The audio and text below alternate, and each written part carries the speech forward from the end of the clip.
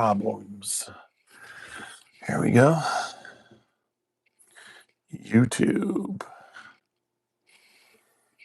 Here we go. Here we go. The other time, it was like unbelievable. I was trying to get to the live, and for some reason, hey, Kirk, good to see you. We're live on YouTube. There we go. That was just too easy. That time it was impossible. So let's just make sure we got sound. That's all I want to make sure. We're live on YouTube. There we go. That was just too easy. That time was impossible. So let's just make sure we got sound. That's all I want to make sure. All right. We're live on YouTube. There we go. That was just too easy. So let's just make sure we got sound. That's all I want to make sure. All right. Let's get here we go. I'll be able to tell. All right. So it's all there.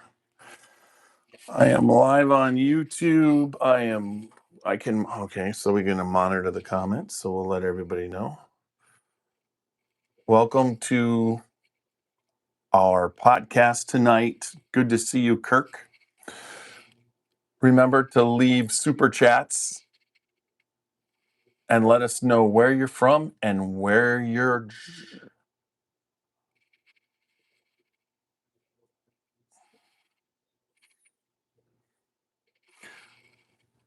from and what you're drinking. Here we go. We got Kirk. Tonight's going to be fun tonight. All right. So I can monitor the YouTube. I'm going to be doing a lot of monitoring. That's looking pretty good there. Still, Facebook looks a little bit, I don't know why I'm having issues with that tonight. Let's see. It looks like the camera is not loading. I don't know if it's me or my thing. I just need it to kick in. It's doing good on YouTube. I mean, I don't know why it makes that big of a difference. All right. So we've got that. We've got that. I'll hit start recording there. All right, we're recording. We've got everything going. All right, you can hear everything. That's ready to go. All right, everybody, we're going to quick off Whiskey Thief Distilling Company in Frankfort, Kentucky. They are going to be a part of our bus tour this year. We are going. Last year they were part of our bus tour, and we stopped off at the tasting room, and we also had lunch with Walter Zausch he took us to the Pendennis Club. This year, we're going out to the Three Boys Farms, and we're going to, on the Three Boys Farms this year, we're going to be 100% eating lunch on the bus tour there, plus getting a tour and a tasting there. It's going to be fantastic. But Whiskey Thief Distilling Company, if you haven't heard about them, they're a fantastic place in Kentucky on the Kentucky Bourbon Trail. Their tasting room in the new Louisville area used to be an old axe throwing place, so it just made sense. The walls were wooden and everything, but there's going to be 5 barrels of bourbon and rye, wheated bourbon. They're all there, but there's going to be 5 barrels to taste from. And what they're going to do for the price of admission, they're going to thief it right from the barrel with the Whiskey Thief right into your glass. You can taste along those 5 barrels, and if you like one, they're going to let you use that same Whiskey Thief and fill your own barrel. 750 or 375s like this one. Fantastic whiskey, fantastic experience. They've got live music. They got a full bar. You got to check that out. And then also where the Three Boys Farms, where Whiskey Thief is, where their distillery is. They got a giant pot still in a barn. Another smaller pot still, but they are distilling right there on the farm, grain to glass, growing their own grains. It's right there. You can see it growing, and it's a beautiful area, outdoor area for entertaining. It's like a family reunion every single time you go there. You get to meet people. Everybody's in a good mood, and it's a fantastic place to go. So, what I'd like to say is Whiskey Thief Distilling Company, right there, also on the farm. You get those 5 barrels to choose from. You basically get it thieved into your glass the same way, and you can fill your own bottle there too. And they actually have 2 different stations. So if you go, I mean, it's a fantastic experience. Miss it. I say it's a barrel pick all day, every day. And out at the farm, they got a food truck with some fantastic food. They got you covered when you get out there. This is an experience that is unlike anything else on the trail. Highly recommended because Whiskey Thief Distilling Company is uncut and unfiltered, just like the Scotchy Bourbon Boys. CT's coming in. All right. And then we've got Middle West Spirits. Middle West Spirits in Columbus, Ohio. They're right now, their cast strength is on the shelf in 48 different states. You got to check that out. And their cast strength whiskey, they've got their Michaelone 4-grain bourbon. They've got their Michaelone bourbon, which is their at cast strength. Then they also have their straight wheat whiskey at cast strength, and they have their pumpernickel rye at cast strength also. Can you hear me, CT? Okay, you're there. All right. Yes, I can hear you.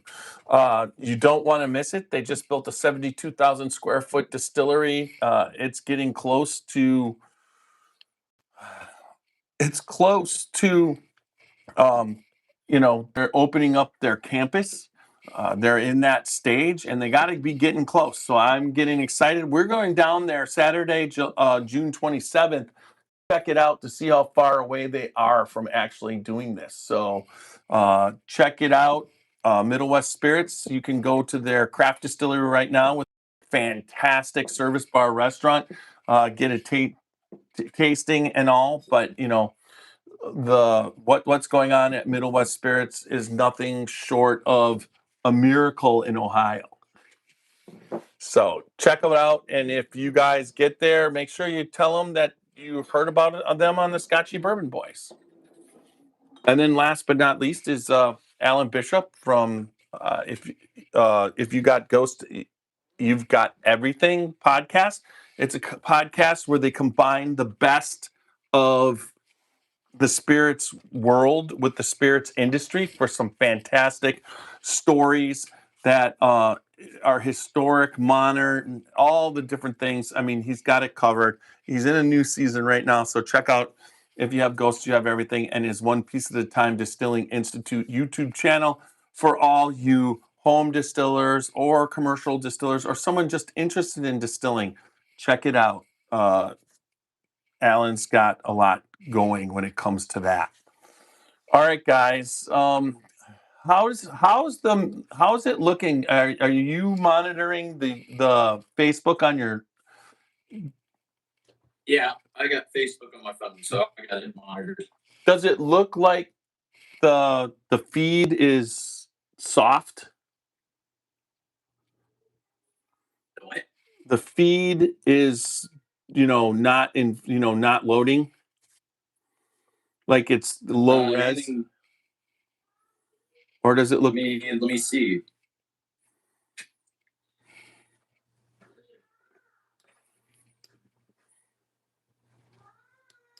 No, it looks fine. Okay. Yeah, I mean, it looks like it's okay. Okay. I'm just making sure. All right. So What's everybody? I see we got a few people on there already. So yep. Cheers, everybody. Cheers away. Cheers away. It in on me. Oh, Rachel Pied Piper is on. She was on. She's from. That's who Walker was talking to last time when we were on. She's from. I think she's in somewhere in Europe or the UK. So, wow. yeah. Well, it's going to be interesting tonight. I like your setup. Yes. Did you go online and figure them out? Oh, I know the ones. I didn't do Minix, but I did the other one. I just wanted to see what they Yeah. were, and I was very happy with what they were. So that's I'm just going to tell you, I was very happy. There was, for me, it was I can have some fun and participate a little bit. All right, that's good. Yeah, I haven't opened either set, so I'm gonna leave the Fred one for later, but I'm gonna open release number 16, which is the first one of this year. Okay. I gotta get this reset, I believe. Yeah. I did not reset that. All right, that's reset. We can get going as soon as he jumps on. You said 8:25, right? Yeah, he should be on here in a few minutes, I would think. Yeah. I think he goes by Bobby Yeah, he goes Bobby either. DeMars. Yep. I think Bobby is more of his common what he goes by more commonly. Yeah, I looked up. It's very interesting. Got a lot of information. Once again, it's funny how much information you can get from once the intro happens, man. Tonight, I'm challenging myself to let you do most of the talking. It only makes sense. You have the kids. I'll ask a couple questions because there's a lot of stuff, but I yeah, I mean whatever. It's not like it's one of us has got to talk over anything. Let's let Bobby tell us all about it. I mean, I think it's pretty cool. I think they're in their fourth year of doing this. So what a neat concept to brainstorm, come up with, and then to have it still doing this well 4 years later. And he advertises the crap out of it on Facebook and Instagram because I come across their ad all the time. yeah, because he's got that to sell, you know? Oh yeah, yeah. But neat concept. I really like it. I thought about doing it before and never really jumped into it. And then finally said, "All right, I'm doing it." So I've done the yearly subscription, and I'm excited to see how it goes. Plus, it's always fun trying things from places you really are probably not going to go to. There's places out west that it's not really easy for us to get out there, and Ohio doesn't always bring it in. So, um, yeah, then there's that. Yeah, that's for sure. It's a cool marketing, you know, the business and marketing seems to be pretty cool. For some reason, I don't know why. I think I've met him. Mhm. When I saw him, Could be, I'm sure. a picture of him, I recognized him. I'm sure he's been at different events, and he might have been at one of the festivals that we've been at. I mean, you got to figure he and that group have made their rounds and been around a lot of different festivals and distilleries. So Yeah, and he's I mean, his background is filmmaking. You know what I mean? He played football at USC, and then you know had a career in filmmaking, and now, oh, I'm sure he's not. We've got Blind Barrels, but he's probably still making films, right? Just like anybody else that does side businesses or even sells whiskey. It doesn't the full-time job, it's like Kenny and Ryan have their own brand, their own podcast, and they kept their jobs for a long time. yeah, Yeah, well, yeah, take till it gets to that point that you can't. So or you can till it gets to that point where you can quit your job, right? true, true. Yeah, when you get to that point, you know you have made it. Oh, how was your day? The Your day good? uh, it's it's okay. It's I've had a busy day. I got a lot of things happening. I got a graduation party scheduled for Saturday for Cooper, and trying to get all of those things ready. Basement flooded, so I've been dealing with that for the past 3 days. What? How did your basement flood? Just a sub pump just didn't work when we had all that rain, and I don't go in my basement very often, so I didn't notice it until it had already happened. So yeah, Yeah. yep. When you have a sub pump, you gotta keep an eye on it. And I did not think about it because I just don't. And yeah, there's what you get. Yeah, I was happy because we came home off of a trip and and so like it was fine, but like 3 days later, the ball, the band that holds the sump pump, the leveler, the actual Yeah. the floating thing, broke free, so it just was on. It just was Oh, going and going and going and going, and that's a good way to burn out your sump pump motor, that's for sure. But when I yeah. went downstairs and it must have just had happened like maybe an hour before that. So I unplugged it and had it, and so now twisty ties hold it up. Oh, So it was a halfway decent fix.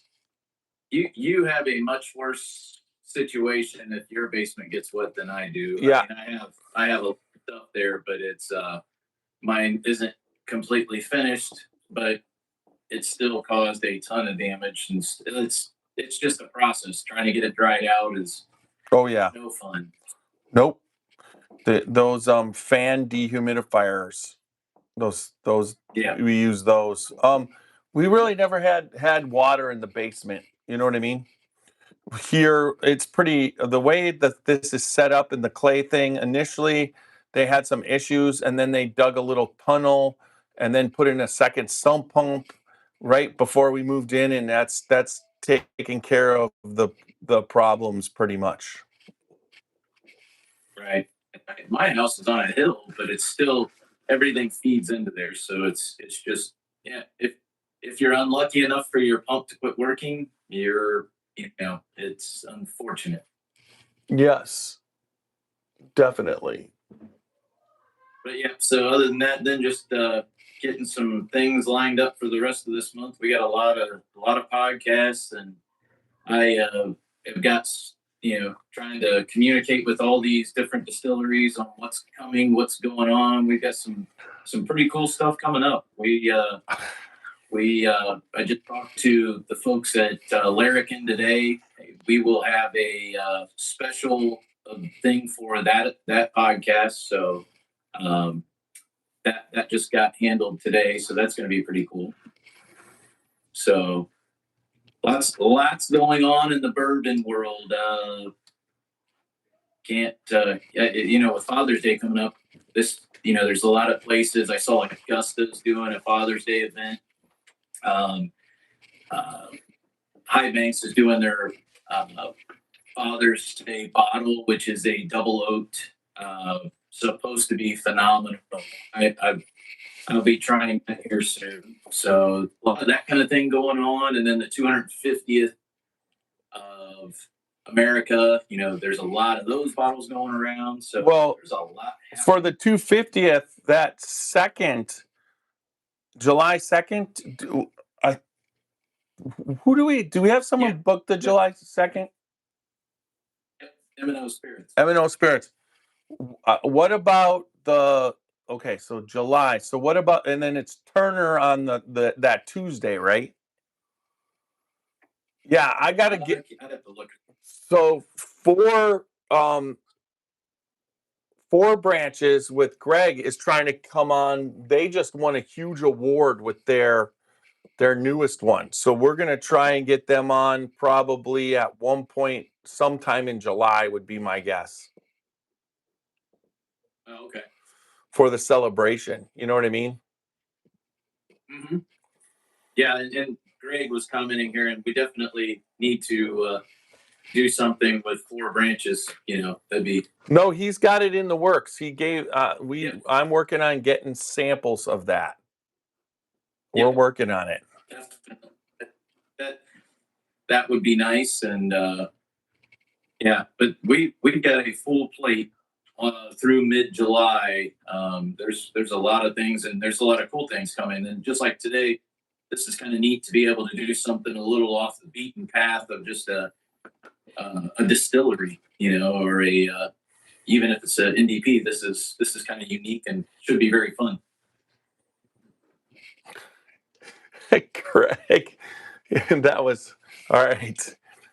That was crazy. Hey, how's it going? Yo, how's it going? What's up, Bobby? Hey, Bobby. We made it. Look, nice hat. Thank you. I know. It says hello and goodbye at the same time. I love how. And it says it like 4 times. I know. What? And it makes you think you've already been drinking too much. It says it once. What are you talking about? That's one. Yeah. Wait, you got both kits, and then Teddy's got none. Yeah. No, because he didn't have one, so that's why I was trying to message you before. But it's okay. I had mine from when I never opened them from when I ordered them, so I didn't have a chance to get with him to give him any samples of mine, and so we'll figure it out. Is that two of the same lineup, or are they? No, this one is the number 16. This is 17. Fred Minnick. Okay, nice. You got the best so- of the best. Yeah. And, so it's crazy when you open up the Fred Minnick when the darkness of the bottles is definitely different. There's some darkness. Yeah, I mean, you can always judge by color. Everything wasn't just used barrels. It's fine. You don't know. But yeah, the best of the best was an interesting lineup because the government shutdown prevented us. The Minnick lineup was supposed to be December, but there's all sorts of legal stuff that has to happen with the liquid to go from one spot to another. So we basically went to distilleries that had been in lineups when we didn't have a lot of members, and we said, "Hey, the transfer and bond is still good. Can we get you guys back in the lineup, but something maybe more special or something that you can only get if you're at the distillery?" So that's how the best of the best kind of came about. Nice. Okay. Yeah, I didn't. Well, Jeff, while you get it started, I'm gonna crack mine and at least put them into the glass so I'm ready. Okay, because we'll just get it started the way it went real quick. There'll be a quick sponsor ad that runs that you won't hear, and then you'll hear our theme song, and then we'll get right into the podcast. I will tell you, Bobby, Okay. I did cheat on his first quarter because I just wanted to see if there was something in it that I had, and I was excited that there was something in there that I had. So that's kind of cool. So, but as far as the Nick one, I have no idea what's in it. Yeah, there might be something that's on your bar that There might be because we have a lot of stuff. But as far as the first one, I was happy with what one was in there. That's for sure. All right, so I'm going to start it real quick, get it going.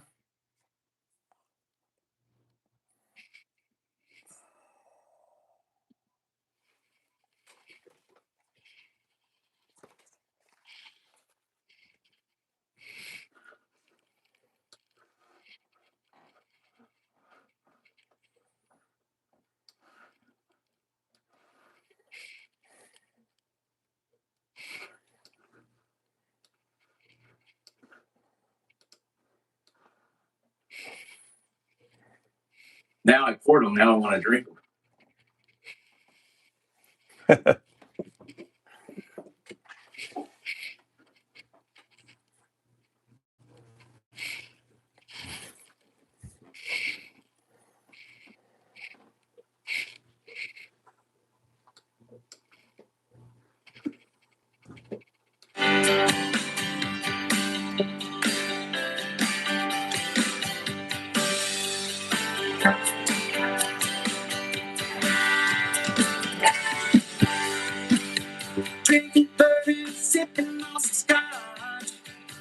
a little while, but it's sure fun to watch.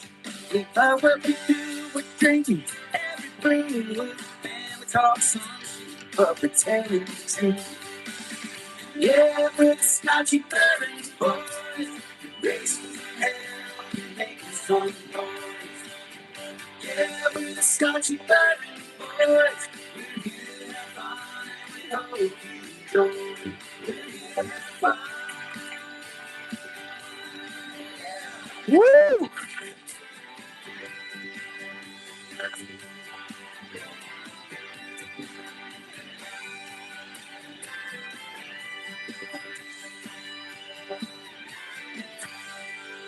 All right. Welcome back to another podcast of the Scotchy Bourbon Boys. Fun podcast tonight. We've got Bobby DeMars of Blind Barrels. Welcome, Bobby. Hey, thank you for having me on. I love the theme song. Thanks. That was it's always cool. That one's not AI. The one at the end's AI, but that one is Kenny Fuller, and he did a really good job for us. So I always that one. I've been told that I've even been told by somebody who didn't really like the podcast. Once I started putting that theme song on, he was like, I can't get it out of my head.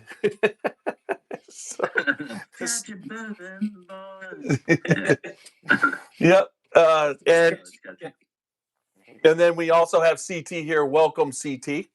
I will say that I've been looking forward to this.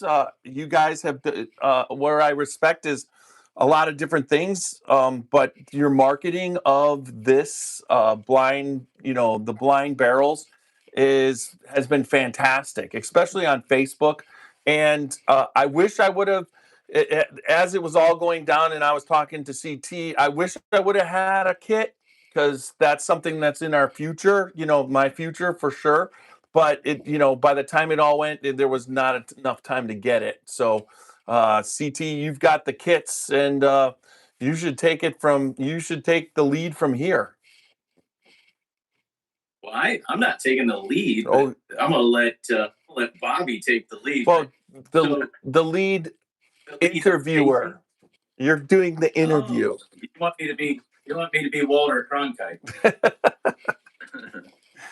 Gerald Ford was sensitively shot today. Yeah, exactly. That was really good.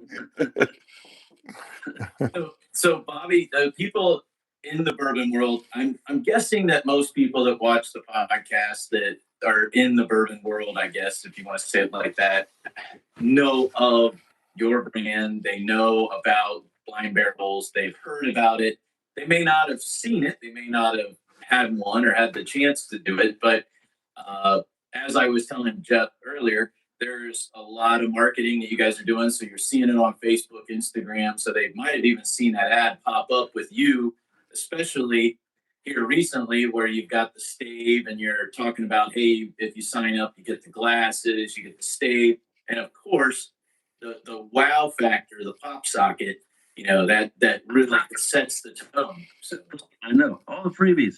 Well, it's funny, there's certain rules that Discus, which is part of like alcohol bylaws, there's certain things that you can't do in advertising. There's certain things you can't say. Some of the things you can't really talk about is like something that's free, right? So you have to say everything's included. But it's all the way kind of people compartmentalize value. And look, I hope, your guys' listeners and people that are bourbon fans and Scotch fans or anything have heard of us. It's taken us a while to kind of saturate the market. I think the first partnership we did with Fred Minnick about 2 years ago really gave us a nice boost. And then, now we got the one that we recently did with him that, I don't know. We're always trying to top our lineups, and sometimes we make a lineup that's so amazing. We'll go, we're never going to top it, and then we top it. So we're always trying to find a way to do that. I'd say the bourbon, the people that are out there chasing like the blends and the H Taylors and that are and look, if I see a Russell's 13, I'm buying it. I just saw a Prisoner Share, High West for 160. I'm buying it. And the distributor was like, I can get you a 6-pack for 110 a piece. I was like, why did you send me that to me 4 days after I bought that? Whatever. So I'm chasing bourbon too, and So I'd say those are sometimes the harder ones to understand what we're doing, and that we're not putting like Maker's Mark and Michter's. We're not putting stuff that you can really get at any liquor store, and we're not also putting like allocated stuff. You know that yes and no. Sometimes we do have things that are allocated. You know, we've had Ben Halliday, Rick Houseproof in the lineup. We've had an announcement from 13th Century. We've had barrel picks from Prey Ranch, from Southern Star. We had a 15-year rye matured in the Weller barrel from Mammoth. We had an LTO in the Minute lineup with a special custom blend and a one-time version of this that they've never done before. I think there's only like 30 bottles of it left. So we limit that to like one per person. Otherwise, we learned pretty quickly that when people figured out we had something really special, they would buy like 6 or 12 of them, and then it would be gone in a week, and everyone would be mad at me.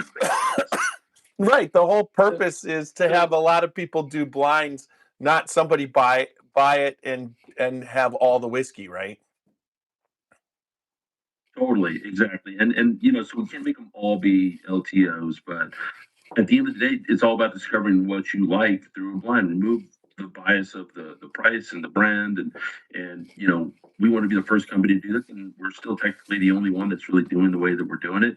Obviously somebody wants to do this. We didn't invent blinds, but we did add an extra value about a year and a half ago where you can now guess the age, the proof, the type of whiskey, and the QR code. It's gamified, so you'll get a score that tells you how accurate your palate is.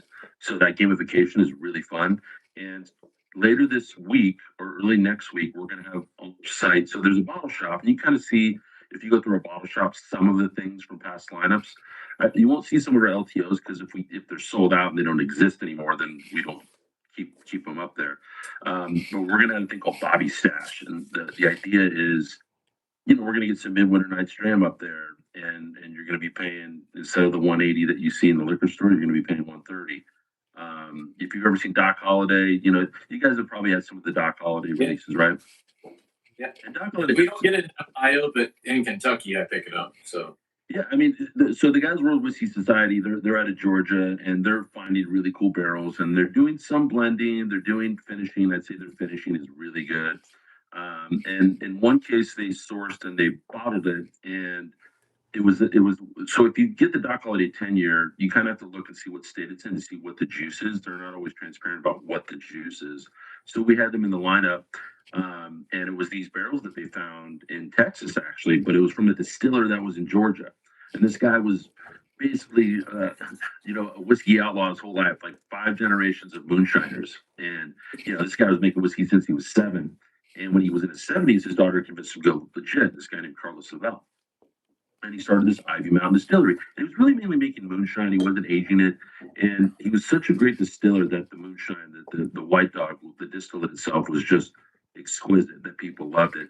And then he was aging like 6 months. Well, 3 years and he died. And so the barrels that he was going to age 6 months sat there for 4 or 5 years. The family finally offloaded a bunch of them. Bardstown put it in their Explorer series, their Fusion series, charged $130 for that. The rest ended up in Texas for about 4 years, which is like 7, right? That heat level, right, that maturation rate. And then the rest ended up, they brought all the barrels back to Georgia. And so when they send me a sample and I put it, because we don't choose whiskey, we don't choose brands, we choose whiskey, right? So we do everything blind up here. So I get the samples in. In fact, I've got some blind samples in front of me that I'm going through that somebody sent us.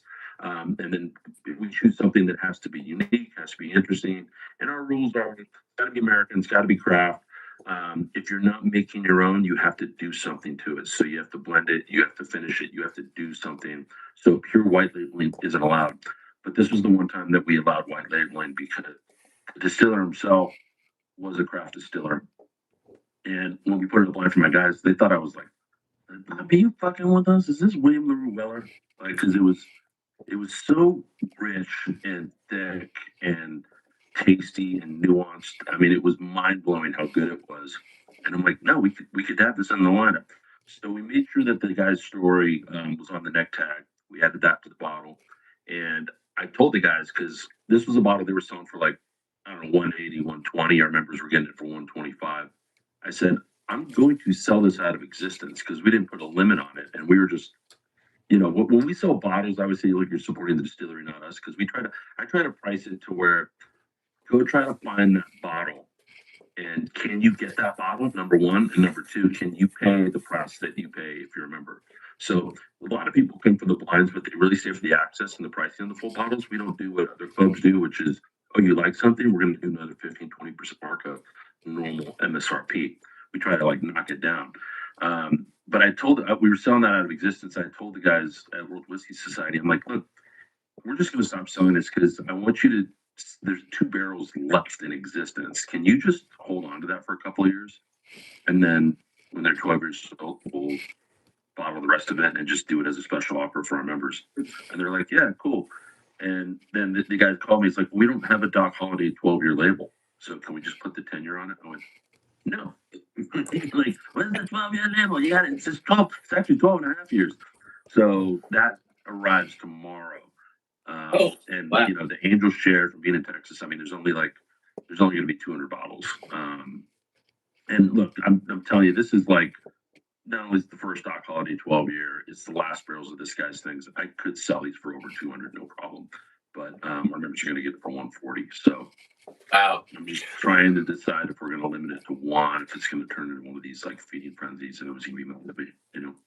It'd be nice if it's one, at least everybody could get one, and you don't have somebody go in there and buy 20 of them. So, I mean, there's, yeah, like I'm thinking what we do initially is we limit it to one per person, and that way that might last us 3 months. But some people, honestly, like they're never going to spend over $100 on a bottle. Some people are really in this for the experience. They don't buy a lot of bottles, and we don't tell people how to drink, what to buy, the way to do it. Some people, my cousin never even looks at the reveal. I'm like, you're doing it. What are you doing? You don't even want to know what it is.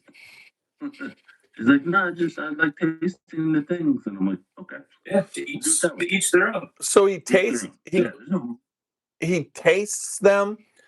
Now, as far as going further, you're talking about a release. So if you like it, there's actual bottles for members available, like picks, that type of stuff. Yep. Okay, so everything in the lineup is for sale. You know, the one time that we didn't was Fred Minnick's first lineup. So what he did was, this was not our lineup. So like the March lineup this year was the Fred Minnick lineup. So those 2 things were one and the same. So you can go buy the Fred Minnick lineup on our site, or you can become a member and obviously pay a lot less. Or like the annual member, the bonus that you'll get is the Fred Minnick kit along with the June kit, the tasting state, the glasses, all the stuff, right? so Fred did it the first time. Sorry, go ahead. So just as far as how it works as the club, and it's a subscription club. So initially you get the blind kit as far as and then those are the available bottles for that month, that then if you once you do the reveal, you then can purchase going forward. Is that kind of how and if you're a member, you're going to get them reasonable. Yeah, you're gonna get it like you guys have probably had JT Mellick before, right? Yeah. So Nice. yeah, our members get the JT Mellick cash drink for $60, right? Okay. Yeah, I looked up the page because I followed it on the page and being a member. There's 3 pages of different bottles, and they're very different from, again, what we see in Ohio. There's so few of those that are even in Ohio, you know, so it's kind of unique. Yeah, I mean, like right now, there's Southern Star, weeded bourbon, cask strength, and it's a barrel pick that our members are getting for $50. So if you're at the distillery buying a non-barrel pick, it's $75, and if it's a barrel pick, it's 85. So you know, we just knew RNDC pulled out of California. There was a bunch of products sitting around. I'm like, give me like 20 cases of the barrel picks, like, you know. And I mean, I'm a massive fan of Southern Star. But yeah, so basically every quarter they're dropped. So mid-March, mid-June, mid-September, mid-December, everybody gets the same lineup at the same time, and then it never repeats. So yes, you'll see the bottles in that lineup that you could then purchase. And yeah, we have $20 flat rate shipping. So if you get 3 bottles, like, you know, you're not going to get gouged as you keep buying more and more bottles, even though the shipping does cost more than that. I will say that. But we try to compartmentalize. We try to make really good shipping value for the members as well. But then all those other bottles you see, those are bottles from past lineups. So if there's a SKU that still exists. A great example, Vermont, number 14. They're out of Quebec, Vermont. The only other one out there is Whistle Pig. And it's the only time we've had a flavored whiskey in the lineup. And it's Vermont maple syrup infused. And most flavored whiskey, if they're infusing maple, it's a 20% infusion. So this is a 5% maple infusion. It's very subtle. It doesn't taste like a flavored whiskey at all.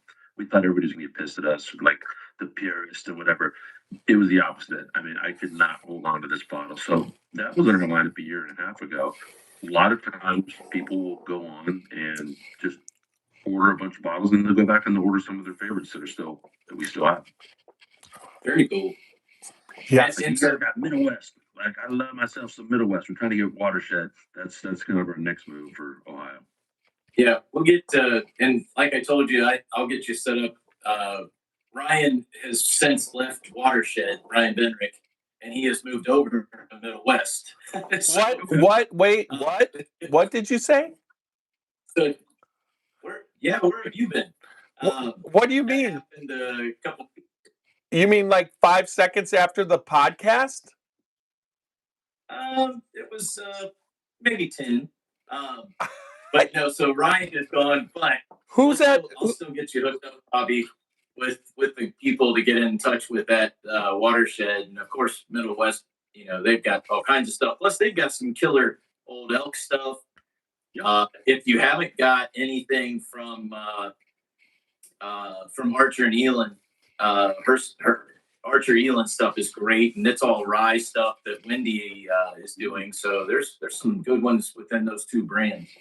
Yeah, I mean, make intros, please. I mean, we're massive Midwest fans. Everything they make, their bourbon cream. I mean, everything they make is phenomenal. The other roast finishes. Like, oh yeah, you know the catalog. They sponsor us. The Christmas present.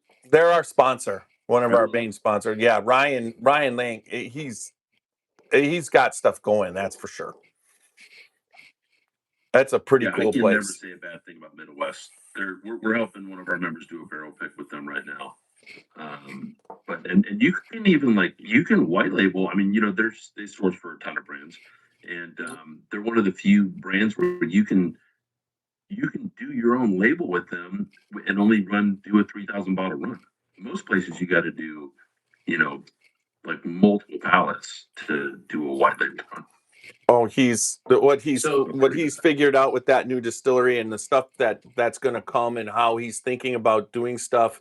He's innovative. I mean, you know, it's crazy what he's doing. So Bobby, you get to be probably in my opinion, you get one of the coolest jobs in the bourbon world because you get to go and try all these different places that are not on the radar, so to speak, for most people. How long of a process is it for like this kit? When you start that process and trying, how long does it take you and your team to get it down to where, okay, that's going to be the kit? I mean, there's several factors. Sometimes we're talking to a brand for 3 years before they're in the lineup.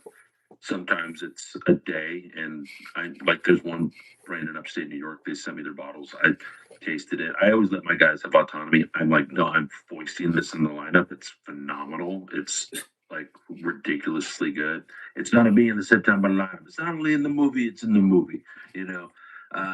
So there's these times. So the coolest thing that I get to do is I get to talk to all these brands and all of these founders and these master distillers, and you know, so I talk to everybody first. I kind of tell them how our program works. You know, we don't do any. You know, a lot of these are smaller distilleries, and in some cases they're bigger ones, right? And you know, if they are bigger, then they have to give us something really unique and special. That's kind of our rule. It just can't be a normal SKU that's distributed in 44 states. So I get to have that conversation. They send samples. So like yesterday, you know, I picked up, you know, we have 18 bottles that somebody sent us, and then a local distributor dropped off a few samples. So then I make those into smaller samples. My guys go through the blinds. We kind of have a core of like 5 to 10 people that are in the panel. And we don't just have like a bunch of bourbon snobs on the panel. We've got, you know, there's a guy at the printer shop down the way. Sometimes he pops in on a Friday and I'm like, hey, try these few things, right?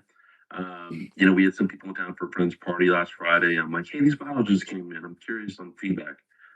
So we like to listen to people that are, and I don't just listen to, like, it's not like Finland. We've done this before where everybody gives their voting and then we, decide so that there aren't any outliers that end up there, right?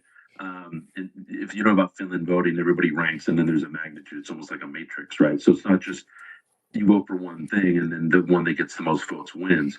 And the problem with that method is you end up with everybody's second favorite, right? Which is okay. Whereas I don't mind if something's polarizing. There's something in that best of the best kit that is polarizing. Some people love it, like it's one of their favorites, and some people hate it. But even the ones that hate it love that they got to try it. So Yeah. within that process, so if somebody's here, like the guy that was the favorite story was born at his at the West Distillery in Old Hamer, and the rum finish. He had 10 bottles from him. We tried them all. I thought this guy was going to finish the bottle of Old Hamer rum finish. Like this guy just was like, this is the best thing I've ever. And that magnitude, and I did love it. And it was, we hadn't had a rum finish in the lineup yet, so we were looking for one because most rum finishes are just overly rummy. It just tastes like rum instead of just getting some of those really cool vanilla notes. So once that process happens, so the first thing is figure out what's going to be in the lineup, and then the SKU. So if it's sometimes distillery, we love everything. Like we love everything. Midwest, we love everything. Sometimes they just send us just all bangers, and we have to figure out what's going to be in the lineup. Then we have to determine what order they're going to be in. Mhm. Because that's so I always feel bad. There was one time, so that Vermont number 14 after they were sample A, and sometimes you go up and prove, sometimes you have to put single malt at the end. There's some things that you just have to do, otherwise you mess up the lineup. I felt like we screwed over Kings County in that lineup. Actually, we didn't mean to, but when you have something that's just sweet, even very subtly sweet, it just doesn't make the next one shine as good. So we try to place them in a way so that everybody really shines and everything can. It's not really a competition. If I got 20 people in a room, 30 people say A is their favorite. The same will be true for B. The same will be true for C. The same for D. And there'll be one person that hates A. Same for B, C, and D. Like so, you can never please everybody. And ultimately, we're not really a whiskey company. We're an experience company. So my job is to forge these relationships with distillers. These are partners. It's just very symbiotic. We don't take marketing fees. We don't tell them to give us the whiskey for free. We don't tell them to give us deals on the wholesale price. At the end of the day, we want to showcase and uplift these small brands and really kind of for what distribution does. Distribution, especially for on premise, but definitely for on premise, there's a reason why you see all the usual suspects at bars, Yeah. restaurants, and liquor stores, right? And in your case, obviously, you're in a more control state, so trying to get product to you is harder, and those mechanisms get tricky. But we do everything above board. We're not in the basement with a funnel. No,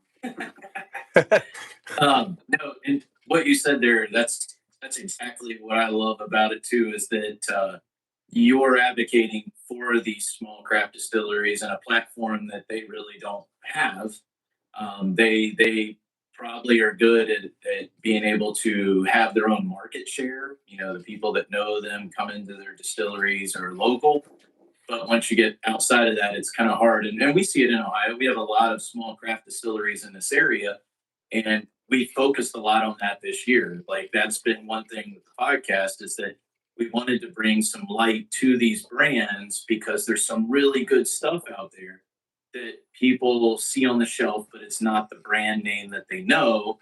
So they pass and they get a bottle of something that they know, like one of the big brands. And I think that is really cool with what you do is you're bringing them to light and opening people's eyes and palates to what's out there. Just like you said with the one brand that does the rice. I the first time I tried that, I was like Melick. Or is it Melick? Is that how you say their name? Yeah, JT Melick. You would think like if you take it's 100% Louisiana rice whiskey, and they're really crawfish farmers. They're really seafood people. In fact, the owner Mike Forget, he doesn't even drink whiskey. He's a vodka guy, right? And but somebody convinced them that they could make whiskey out of the rice that they grow the crawfish in. I hope they weren't in Minnick's pick or his kit because he It, it, He doesn't really like vodka. His whole thing is vodka sucks, right? Yeah. Well, no, so it was in the Randy Sullivan from Bourbon Real Talk. We did a partnership with him the March of 2025. And he was like, "You guys got to get Melick. You guys got to get Ben Halliday." I was like, "I want Ben Halliday." We talked to them. I'd say 1 in 20 brands will talk to somebody that isn't the decision maker, but they're right below it, and then they just go, well, "We don't white label. We're not white," because what we are doing is white labeling, right? Like technically, because their brand isn't on the bottle. They don't get to promote the brand like that, right? But we're not positive like it's our brand, right? We are very much a marketing arm for that brand. So some people very rarely just don't get that. And then you had 13th Century, and he had Rocktown Still column in there. So yeah, Randy picked all bangers, and that JT Melick is, I mean, at 118 proof, it's a really smooth cast strength, and it drinks for being 4 or 5 years old. It drinks like a really deep, rich, well-aged bourbon. It's wild to me. But yeah, that's they're crazy. You find a brands, and like we have one here in Ohio that does 100% corn. And that's what they really focus on. And people are like, wait a minute, 100% corn? There's no barley in there, there's no rye, but it's phenomenal. Like, it's so good. And people, is it bourbon or is it corn whiskey? It would be considered bourbon. You know what? Yeah, it's bourbon. Yeah. The only way it goes to corn whiskey is if it gets stuck in a used barrel right off the bat. But if you age it, right. I mean, the guy that that's doing corn whiskey right now, old Carter, Mark Carter, some of his best stuff is 100% corn. You're just like, oh my God, that there's as you know, it's the people who are taking the time you're dealing with the craft distillers and the people that really put out they take their time to put it out, but then it's also you finding these people and picking them out, and that's something that you're doing to help people understand what's happening at these craft distilleries, because a lot of times the craft distilleries have a hard time getting their messages out. They have good whiskey, but nobody's picking them because the story's not on the shelf. And when you walk in and you don't know what it is, whiskey, when you have hundreds of choices, we all know how people pick stuff. The bottle, yeah, we call it label failure. Oh, your buddy liked this one, they recommended, you drink, and you're like, shit, I don't really like that. And it happens all the time. And there's craft brands like Freight Ranch is a great example of somebody that's been really great at. I mean, they're whiskey farmers. They grow their own grain. I mean, they really were able to push that story through, but their product is so good. Their ryes are some of the best ryes. Have you had their 100% malted corn before? It's wild how it's wild, interesting, and phenomenal all at the same time. But who's doing that?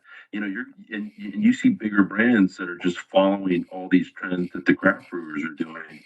And like Alan Bishop, you guys probably had Alan on your show, right? Many times. From French Lick. Oh yeah. Yeah, and Alan, I've been on If You Have Ghosts, You Have Everything. I've been on 2 of his podcasts. Us too. Me and Roxy too. Yeah. I love it. I love Alan. But he put in his mash bill sunflower. He puts buckwheat. Yeah, and buckwheats and all these things. Like if you get a bunch of rye, 2% of that's going to be buckwheat. And so he's like, it's in the mash bill. His 4 grain, one of the grains is oat. And I got to tell you, I love it. It's awesome. Yeah, I love it. It's phenomenal. There is a something to those oats being in there that I can't figure out why other people haven't used it. So this was his. Oh, yeah. This was his Lillian Sinclair, the Lillian, not the. Oh, I haven't had that. What? Have you had that? Yeah, the woman, the other guy. Yeah, who was Lillian? Was, I'm assuming, his wife. I believe. I want to say sister Lillian. Yeah. So this one, it is a 4 grain, but he flipped. I need my. It's been a while, but he flipped the grains from least. Yeah. Okay. So this one is corn, rye, oats, and barley, and he switched the. I want to say he switched from the Sinclair. Yeah, let me see. I got it. I got Lee Sinclair. That is corn wheat. Yeah, oats and barley.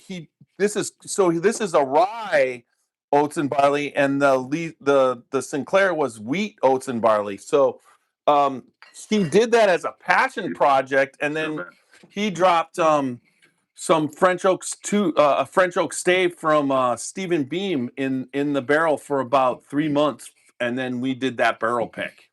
So I that one was one that I got out of there before he left. That was actually the last pick he did before he left French Lick. Oh my God, do you have any more of that? I gotta try some of that. I have a lot of it. No, it's not. I have a lot. Oh, yeah. The barrel, yes. I got cases because I knew I've been sitting on it. Okay, well, there we might, maybe we'll come up with a trend. Yes. No, that would be wonderful. Just wonderful. It could be in the next blind. It'll be the next blind with the Okay, special so release.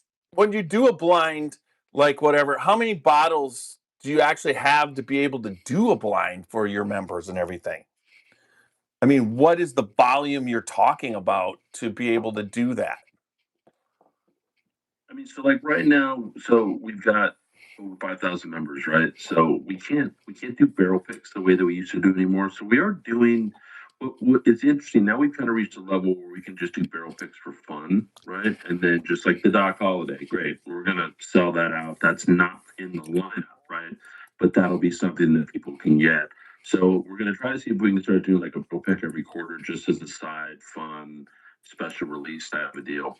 But yeah, 85 gallons gets you to about 6,500 hits, but 85 per SKU. So that's 340 gallons that have to be bottled into 50 mLs to create a lineup, because I need to have enough for several things. We're going to gain more members between now and the next lineup. So I need to be able to send them a kit, not have to wait for the next one. But then at the end of the year, a bunch of people are buying one-off kits and not becoming members, and we have to have that surplus. And then there's corporate gifting, and there's all these other things. You kind of have to have a surplus for every single lineup that you do. There was a Christmas where we almost ran out of product, and people, that's a nice problem to have. Well, it isn't almost is okay if you almost run out. Yeah, exactly. But if you run out, that's a shitty problem to have, because that's just leaving money on the table, and that's not. You're not. I can't just pour whiskey into our bottles. Like, that's not. There's a 3-tier system, and it's really annoying. And I won't say how we do what we do. I know 6 ways to do what we do, and we have the most optimal way for the way that we're doing it. But it's difficult to navigate a lot of these laws, and no other countries have to do any of the stuff that we do. To credit. What we did was, once we reached the threshold about. Yeah, go ahead. Every state's a different country. I mean, that's the thing. They all have different laws. I mean, some are very similar. There's no doubt, but everyone has its little thing that can, and it's all designed somehow to screw you. It's right. Yeah, no, I would say, like, and there's some really great distributors out there, and then there's some that are like, it's like, the mafia didn't get out of alcohol after prohibition; they got into distribution. Yeah. Like, sometimes I'm talking to a distributor, and I feel like I'm talking to, like, the guy that raised Anakin Skywalker. What was oh, don't worry, I'm going to take care of you. It's fine. Everything's good, right? And and he's just, but he's like trying to talk me into something, and I'm like, can we just talk like humans? Like, I talk to distillers all the time. Everybody talks like humans, and I'm not saying it because he has an accent or whatever. The guy didn't really have an accent. I mean, but sometimes the guy will have an accent that sounds like, he's going to be in my backseat with the piano wire, and he's going to murder me. Forget about it. Don't worry, we're going to take care of you. Forget about it. Don't worry. Yeah. Hey, Bobby, you and me are tight. We're tight. I'm not going to let this go by. And then he does. And then I was like, I knew we were never tight. I never trusted that we were fucking tight. That's bullshit. So we ran out when we stopped doing barrel picks, that were in the lineup. We had still Austin in the lineup at the end of 2024. And what was really cool about that is cool and not cool. So Still Austin has this Total Wine deal. Like you can't get Still Austin unless it's Total Wine. It's in California. So I can't buy their bottles, but the loophole is that you can do a barrel pick.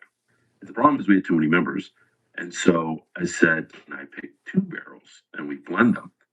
So I trademarked the name The Smallest Batch. So we started doing the smallest batch series. The smallest small batch can be, which is 2 barrels. And we got into blending as a special LTO. So we've done that. Um, we have our 4th one coming up that we've done that's like that. We just did one with Pinhook.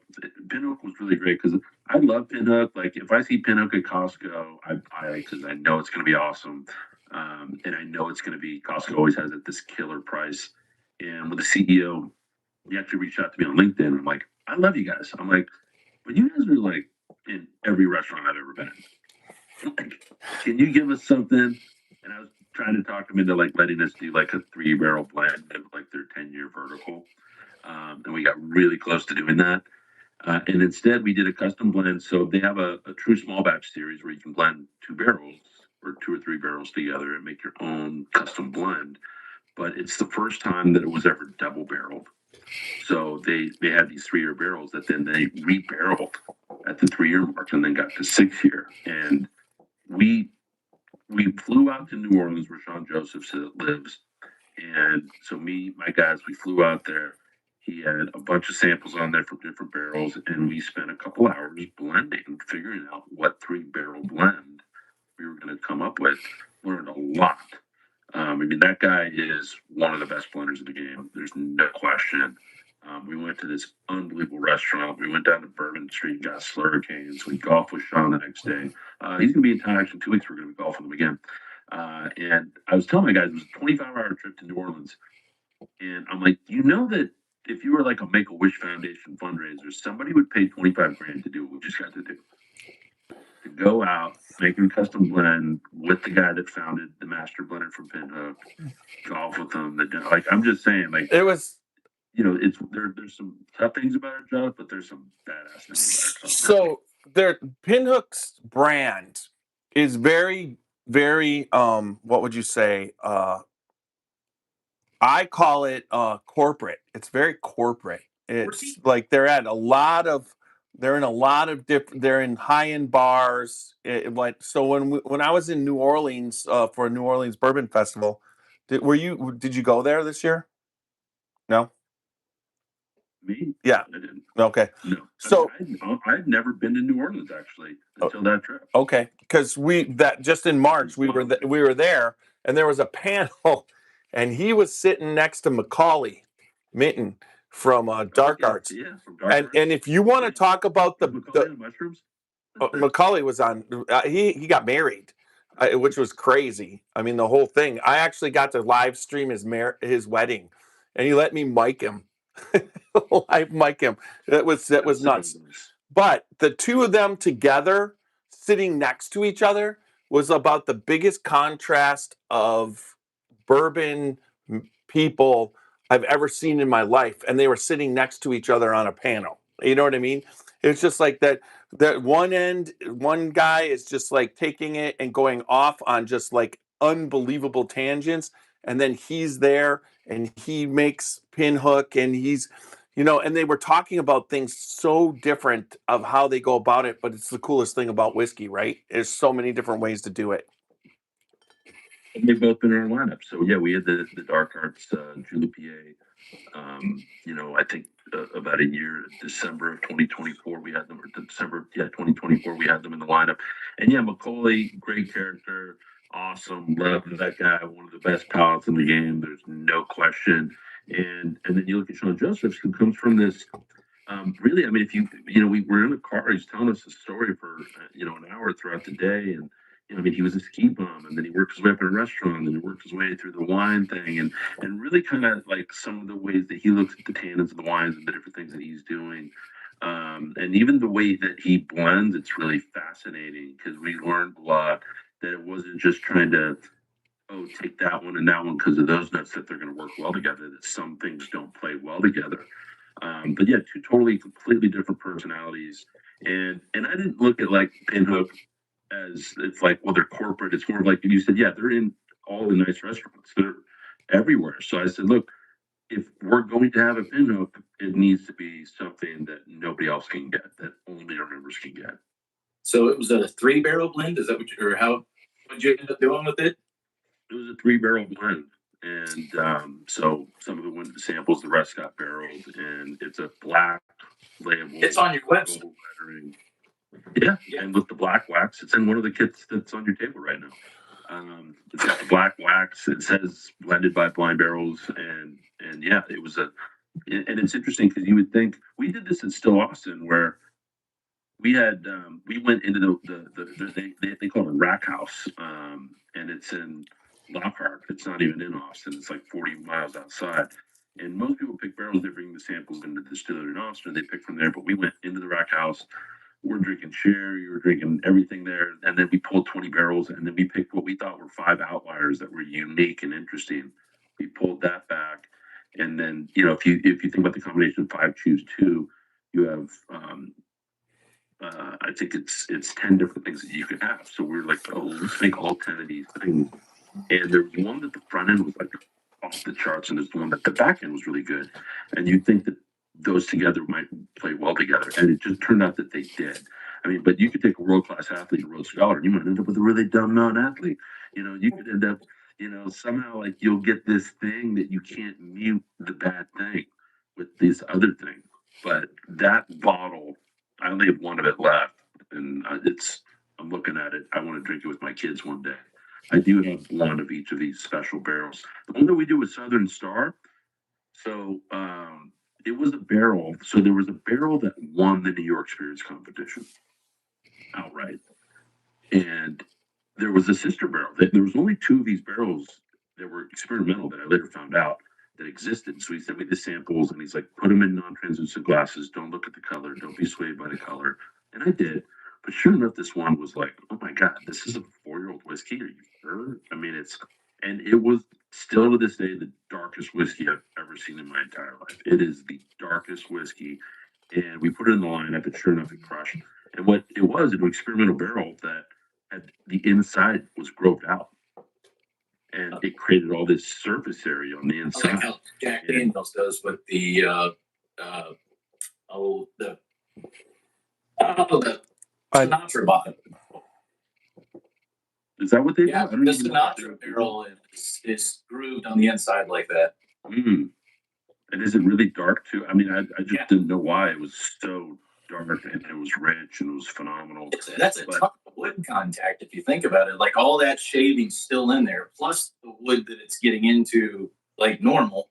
Yeah, I think that's why it gets so dark. And then, Well, I mean, but then the thing is though, when you get something that like that though, the char, it'll settle.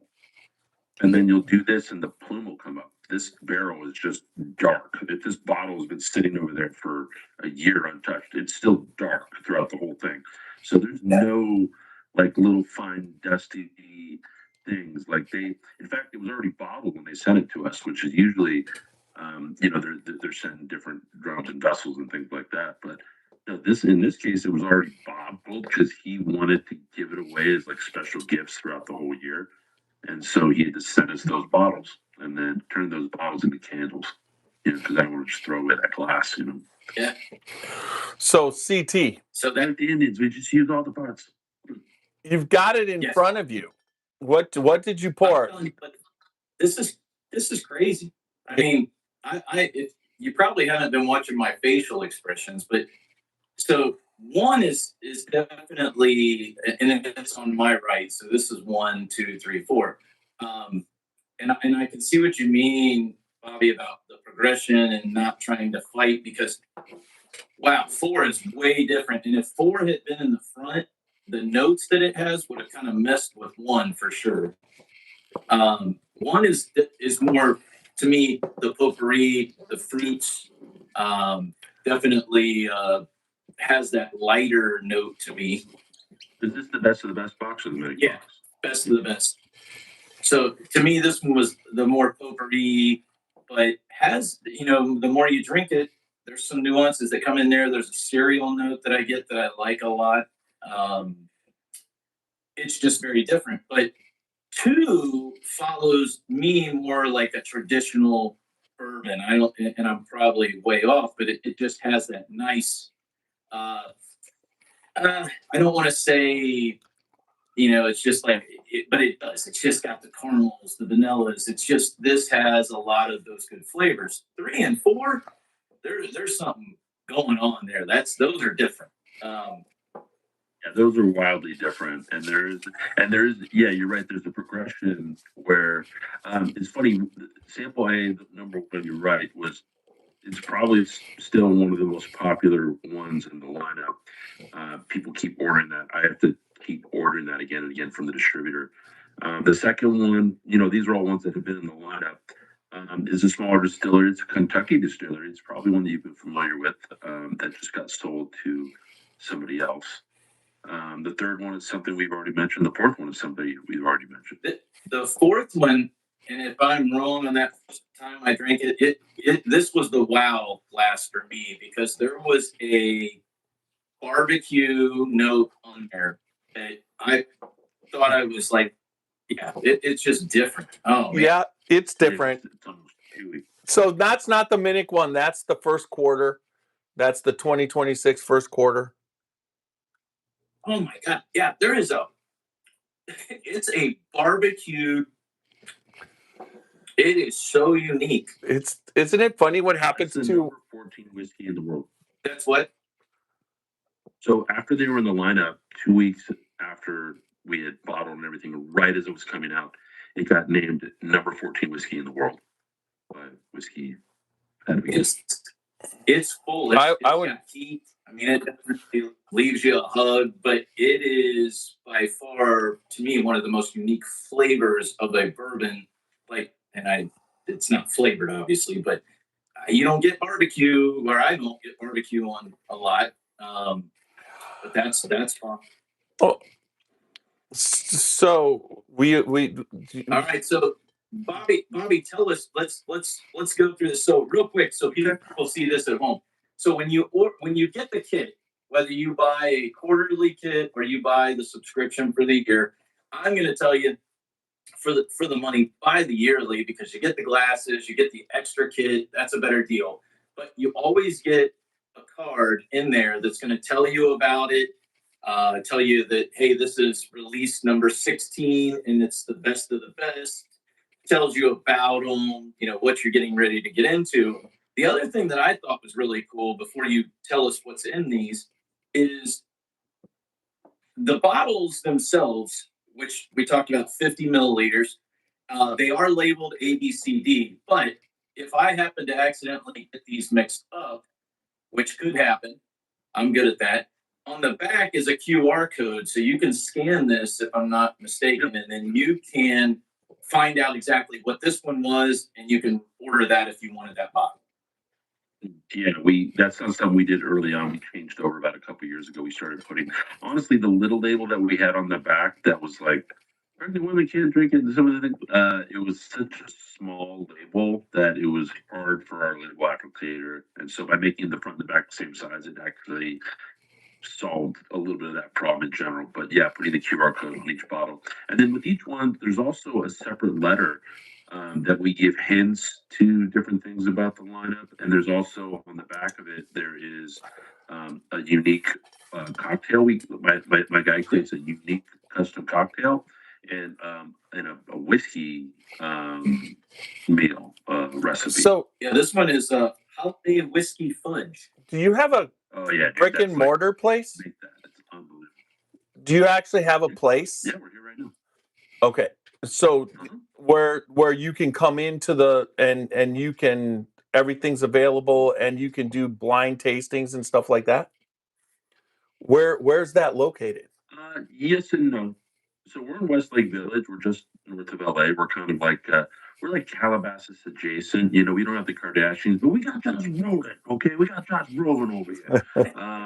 Although we got Britney Spears does live over here. She just got arrested down the street. Was she at your place? We got Wayne. No. We got Wayne Gretzky. You know, we got a lot of people. That Lake Sherwood, which is where like Tiger Woods did his golf tournament every year. Lake Sherwood is one of the best country clubs in the country. So we're in Westlake. We're just north of LA. We don't have a tasting license, so we can't pour samples here. We're working on that. Actually, you can have the two licenses that we have concurrently. We can do that. So we're in the process of getting approved for that. But yeah, local members come in here all the time and get to buy things without paying for shipping. Or a lot of times, local members, I like to give them the price of the bottle for really, really, really close to wholesale, just so we don't lose money on the transaction with the credit card fees or whatever. So anybody that's locally that's here, we've had people that have been in town and visited. In fact, we do a whiskey trip every year. The first year, there was a year where picking up all the whiskey ourselves was cheaper than freighting it, and everything was from like Washington all the way to Oregon and down the California coast. So we just made a whiskey trip out of it. And then the next year we did Iowa to Indiana to Kentucky to Tennessee. That was a long trip. It's in Illinois. We hit 5 states and 1,700 miles. And then we did Texas the year after that. We crossed all the way across Texas and visited distilleries, some that had been in the lineup and some that we were scouting. And then this last October, we went from Atlanta all the way to DC. And I got to tell you, we found a diamond in the rough that was like the wildest. You know, you think you've heard of things in craft. There was this guy in the name is I think Broad Slab in North Carolina, and it's basically a town that like had figured out there's a part of the tree that nobody figured out how to use it, and it's the broad slab of the tree, and they started using it to help pave roads, and that's the name of this town. Well, this guy learned from his stepdad, who owned the farm, the generational farm. He grew it. He started making whiskey, and what he did was when he would make a bourbon, when it would reach 2 years old, he would put it under a tobacco flue, and a tobacco flue gets to like 170 degrees. And so these barrels that we put under there for like 3 days, well, 2% of them just explode. Okay, but they all come out like warped and wild and crazy. And basically these 2-year-old barrels are insanely dark and have rich tobacco notes. And I don't know if anybody's doing, but he's only got like 600. I don't know if he's gonna let us some to put him in the lineup, but that was one of those ones where we were just completely in the middle of nowhere. He puts us in a tractor. We go through the woods, and I'm like, and he talks like, he talks like he's got a first grade education. And when you start talking, you go, this is one of the most brilliant people I've ever been around. I mean, he built his brick house. I've seen a lot of hillbilly stills in my day. This was the most premium, self-made still and miniature that I've ever seen, and it was mind blowing. You can't judge a book by its cover or a man by his accent. I'll tell you that. Nope. And so we are going to work really hard to get this guy in the lineup. So yeah, we go visit people we love, and we get to go scout out ones, and it's great because you guys, as you guys know, when you're picking barrels, and you get to hang out with the owner, and you're popping barrels, and there's nothing better than that experience. Well, There's nothing wrong with the normal tour where you have the white dog and you in the room and you do the stuff, right? But well, if you have the right people if with you have you, members come with us too. you have Harlan Wheatley, or you got Brent Elliott giving you the tour, or you're in the Rick House thieving with them. Yeah, I always say that bourbon, it's especially with you doing what you're doing blind, because you're there when you're having the experience. It always makes especially straight out of the barrel, it makes the bourbon taste so much better. It's like when it gets where you really got to Yeah. taste it back at the office out of the thing, and that's where you got to really judge it, because I swear your sensory just goes so much higher when you're hanging out with people that and having a good time. It's just that's what Totally. Like, have you guys been to Three Boys or Whiskey Thieves? Oh, Yeah. they're our other sponsor. Walter's like my bet. Like in the industry, Walter's probably my best friend in the industry. I mean, we're having a bus tour this year. We went last year to the tasting room. he gave us lunch in the Pendennis Club. Now this year we're going out to the farm, and so he's sponsoring the whole thing. Going to set up a big thing in the Rick House, and they're fantastic. I mean, that was my first time when we were starting the company. Before we went out, we were in Kentucky for the American Spirits Craft Association, and I'd never done the whiskey ban and all the things. And we ended up at the what was now the Whiskey Thief, right? But it was Three Boys at the time. Mm-hmm. And just that Friday, it's sunset, the barn doors open, you're thieving barrel out of literally you're thieving it to make your own bottle out of it. And it's still maybe one of the best whiskeys I've had. And because I drank it after the fact when I was in the environment, and I wish I bought none of these 375 mLs. But that's a great example of somebody that will probably never be able to get in the lineup because they operate. Oh, there you go. Yeah, they're there. Are they doing full 750 now? Yeah. They do. Yeah, and honestly, you should. I'll get you hooked up with Walter. You probably could. They at this point, you probably could get them in the lineup. Their single barrel program is rolling now, which probably back then it wasn't doing much, but now they're doing a bigger out. They do a lot of stuff. Also, just know. Are they still doing 8 and 9? Are they still? What's that? Well, but they hired Lisa Roper Wicker, and I don't think you hire. And we've discussed this on the podcast with Lisa and Walter. You don't hire Lisa if you're not going to do. I mean, it's all been single barrels to this point, but I mean, you're leaving stuff on the table if you don't let her do blends. I mean, it's just they got the still and whatever, but Walter's very good at securing some damn good whiskey when he goes out there, and if they start blending, they gotta. Just that simple. That's what Lisa does. The youngest distiller in Kentucky, and I'm up there by the fermentation tanks, and I mean this is just 5 inches off of the thing, and he's inebriated. Hunter, and, that was Hunter. And he's like, yeah, and he's like, he's got one strap on. He's like, you guys in California, he's a goddamn liberal, right? You guys are liberals, and I was like, we're a very diverse state. So it's just one of those classic, the distillers up there. He's been drinking, he's been sampling. We're down there, but I had never done something like that before. And yeah, we've popped all sorts of barrels, and we've had all sorts of fun doing that now. But I still kind of look back at that moment as a special moment. And we probably have 50 of our members reach out all the time. Hey, we're going to the trail. Where should we go? We're going to this day. Where should we go? And that's always on the list. I said, you have to go there, because once you've done one distillery, once you've done, the Heaven Hill, done that, you've done it all. I always say, go to places where you can get a store pick. You have to go to Willett and get the egg salad sandwich. But when I was at Willett, they were pouring 3 different 15, 16, and 17-year purple tops for a total of $25. And I was like, yeah, no, I'll be there some lucky day. And they wouldn't let us do it twice, obviously, but it was just one of those oh my God, we're just finding little bits of gold everywhere. And that's kind of what we're doing with these other distilleries, that there are these little, come on, Rod Slab. Who's ever heard of Rod Slab? Nobody. I guarantee you, nobody's ever heard of that. I'm telling you, try to get them in the lineup every day. Now it's I'm on a list that I get. But I get tequila and vodka people contacting me to come on the podcast, and it's always well, we just listened to this podcast, and you should really have. And I'm like, it's a whiskey podcast. That's where I draw the line.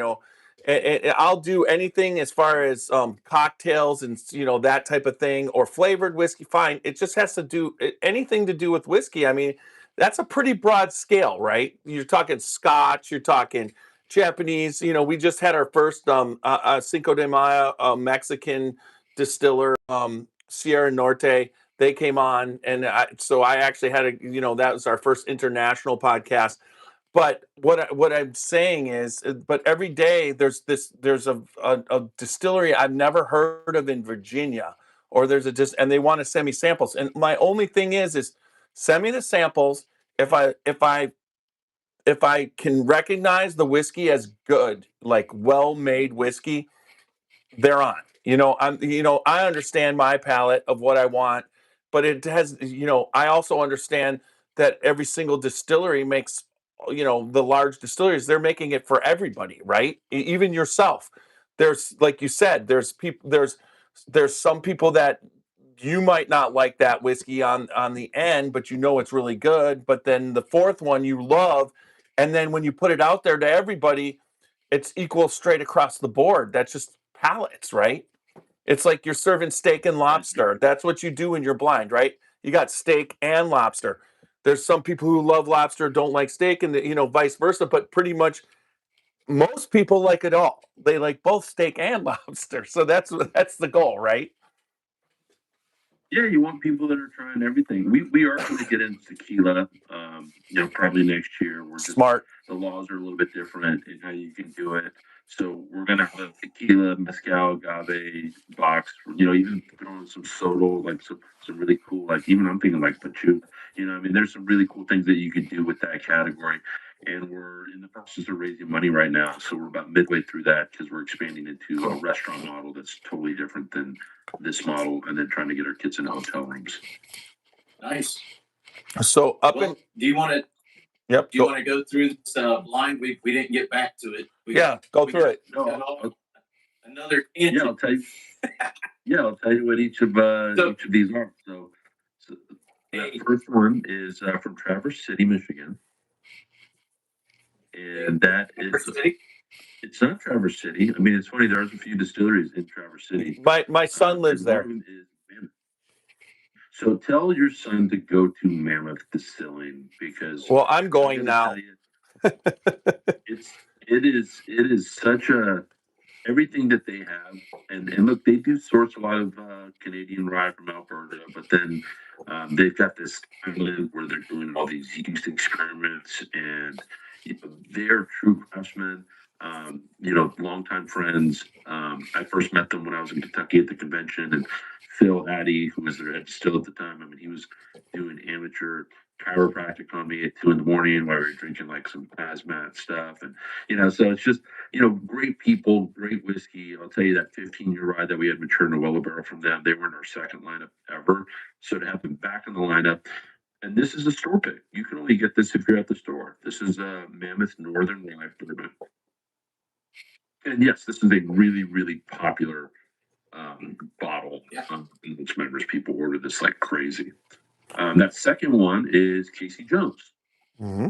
Okay, makes sense. Which I think they're out of Pembroke, Kentucky. They're over on the west side of. I think it's the grandson that's doing the distilling now, right? I mean, AJ was the main guy, but they just sold the company. I forget to who, but this was like 3 months ago. So, but no, there's a family operation, and so we had them in the lineup a long time ago. It was their white label. I got to say, for the quality of their product and for the pricing of their product, so we sell that bottle of Sample B for $45 because that's what it is if you're at the distillery. We have their single barrel white label cask strength, and they do a little early, so you're getting these cask strengths that are like anywhere from 105 to 112. We sell that for $50 on our site, and that crushes. That third one. So, what did you think of the third one? Be honest. Let me go back. There was a funky note on this that I wasn't sure. You can tell me what type of whiskey this is. Oh boy, that's okay. Hang on. And so the choices, well, you got bourbon, rye, wheat, single malt. Those are kind of your four main, right? Although we've had a milligram, we have 100% Louisiana rice whiskey. We've done things in those four and other lineups, but this one of the four was the funkiest. There's a funk to this that, if I had to say, it wouldn't surprise me if it's a single malt that has some weird, because single malts will do that, but it doesn't remind me of a single malt at the same time. But whatever it is, it's heavy on 1 grain. It's how I feel. Yeah, this is a single malt, and I'd say probably only about 15% of people can pick up on this. But we do a show called Four Whiskeys with the local radio guy every Thursday, and somebody put this in the blind like 3 months ago, and none of us guessed single malt because it's not. What happens to people who make single malts? They do all these old world methods, right? They copy all the old world methods, whereas um, Southern Distilling, when they made this, they said we're going to make this like a bourbon. Yeah, And yeah.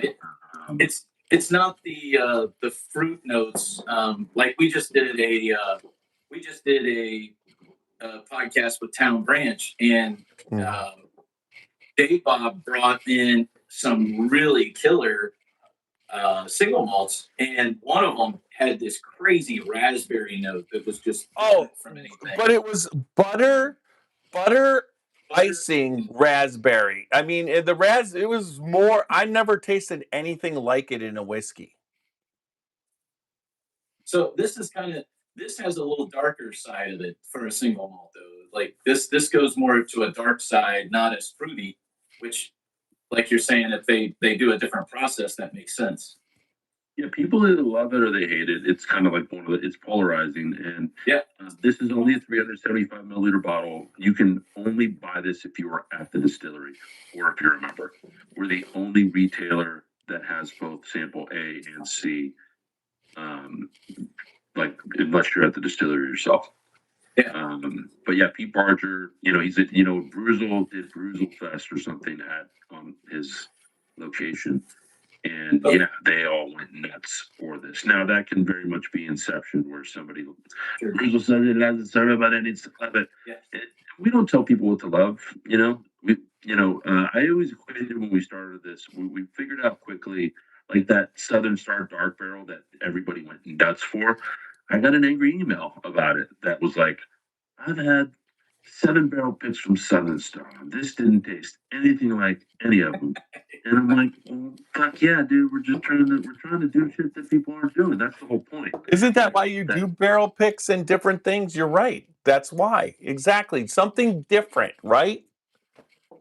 wanted it to be different. Well, we picked a barrel with Frey Ranch, and we were with Colby and Ashley, and with Russell, the head distiller. And I mean, we spent all day with them. It was so much fun, and trying all these things. Right on the tractor. He's got, all this. We're having fun all day, but we're in the room picking the samples, and I'd never at that point picked a barrel before. And so my guy, who had done it before, he's like, "No, you decide." There was 5 there. There was one that was very bright and very much on brand for Frey and very much their flavor profile. But there's this one that had this like vegetal forest floor thing, and man, I couldn't stop drinking it. It was so unique and interesting to me.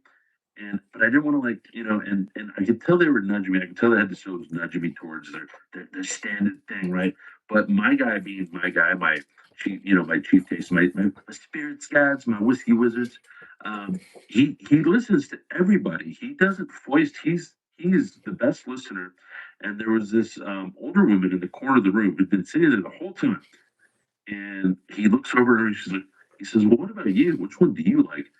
And she's holding this glass like it's the cup of Christ, and she keeps sipping from. She's like, "I think this one's the best one I've ever had since I've been here," and it was the weird one, and it turned out it was a cooperage that they've never used before, which is why the profile is different. And the distiller looked at her with this stink eye because it was the distiller's wife. And that's the one that ended up in the lineup, right? And that's the one that I'm like, look, we may not, and we got to go back to Frey because we need to do a barrel pick of rye from them because I do think their rye is just so off the charts, phenomenal. When they sell a barrel pick on their site and whatever, I ordered, I paid $105 or $110, whatever it is for their cast strength rye is, I think, as good as it gets, you know. That's But that's a Southern Star. The fourth one is something that we talked about that you guys should be very familiar with. yes. I've been So what do you drinking. think that is? Yeah. There's I'm the guessing that it's the pumpernickel, nope. or is it? This is the cast strength wheat. Is So it this yeah. this It's their cast strength wheat. Whiskey. That's where that's where that different taste. You're tasting that toasted wheat. That wheat whiskey at cast strength, I agree. That is a phenomenal. And their wheated bourbon that they put out at cast strength is freaking phenomenal too. I mean, I mean, what do you guys pay if you're at the liquor store? What are you paying for a cast strength of the wheat? $59.99. I think it's 69. Yeah, 59. 59. Yeah, $59.99 because And that's all day what we every. sell it for. That's what our members get it for. Yeah, I mean it's just. But I'll tell you, if you get that outside of the state, it's nowhere near that. Like, you know, in fact, the cast strength pumpernickel rye that used to wholesale for like $100. Like, wow. You know, that I'm just saying. So there, we didn't get some of their stuff in the lineup. So when I'm like, oh my god, we can sell cast strength wheat whiskey that's like 6 years old. That's phenomenal and exquisite. And yeah, I mean, after we had chosen them to be the lineup, like, right as we're sending our December kits out last year, it was named number 14 whiskey in the world. So you know that was Providence in its own way. But Yeah, you know, we love Midwest, everything they make. No, Yeah, that's a great. It's a great lineup because you've got so much variety there. I think the single malt stuff is fun. It definitely is something that I've enjoyed more and more the last probably year of trying different ones and picking up different nuances. So Yeah, I mean, you like that you got to try it, and yeah, you know, and I got a bunch of it because I didn't know when I'd be able to get more of it, and I was like, you know, I want to make sure that I have this for the people that are going to come and circle back to it, and let people know that because you can't get it. Go try to buy it. It's impossible. It's not a thing, right? right. And that's the goal. So we have in our upcoming June lineup, we have one that isn't distributed anywhere. There's like it's a brand that stopped distributing that you can only get any of their products, any product they make if you are there. Oh wow. kind of like kind of like Whiskey Thief, right?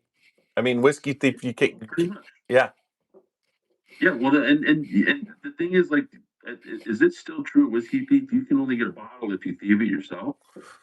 they have Well, they have bottles at the gift shop, and they will like there's barrels that when it's to they will finish the barrel and then bottle it in. So, but overall, pretty much. well, they've done that Mayday Rye is probably the one they've done a little bit more marketing with, and that's a hazmat proof rye that they've been doing. What are Right. they selling that 750 ml for? If you bottle your own, I think a 750 is like 140.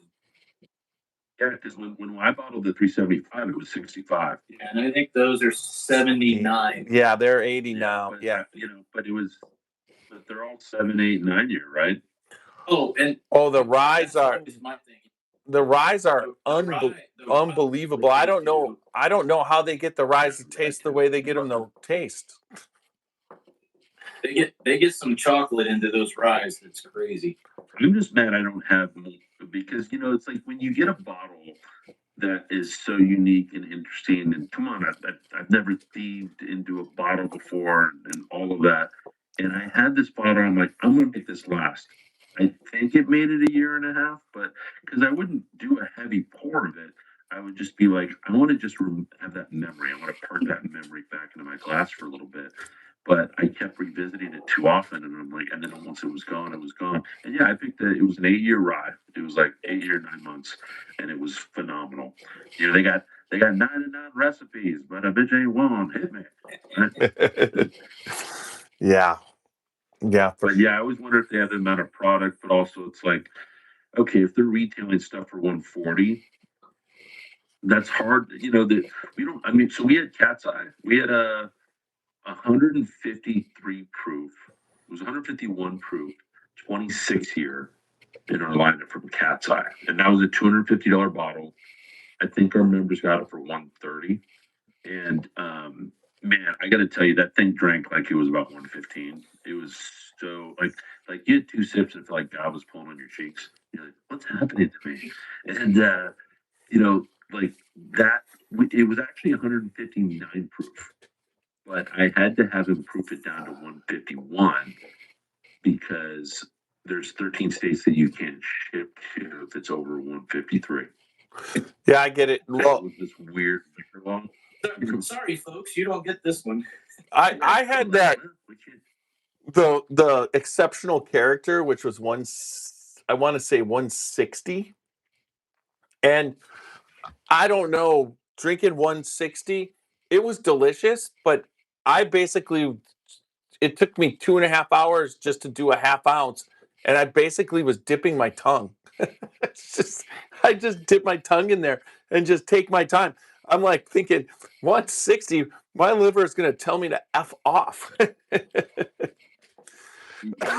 We were visiting World Whiskey Society. I mean, they were popping all sorts of crazy barrels. Like there was what was the oh my god, what's the buff turkey? They had like there was buff turkey, there was some 23-year-old Buffalo Trace barrels, and then they popped this one at the end and they called it the nightcap, and it was like 164 proof barrel from Charbet, and it was also one of the darkest things I've ever seen in my entire life. And I could keep in mind, like this was 10 in the morning, and we still had another place that we had to go to. Oh, And I'm like, guys, and of course that place was ASW was popping barrels. Like I don't know if you ever met Wit from ASW. I mean, they're popping, the like maybe 20 barrels, and you splash it back onto the barrel. If you drink all those, you'd be dead. You know. And that first day, I looked at my guys. I'm like, if every single day in our 8-day trip is like this, we're going to be dead by day 4. Luckily, it wasn't.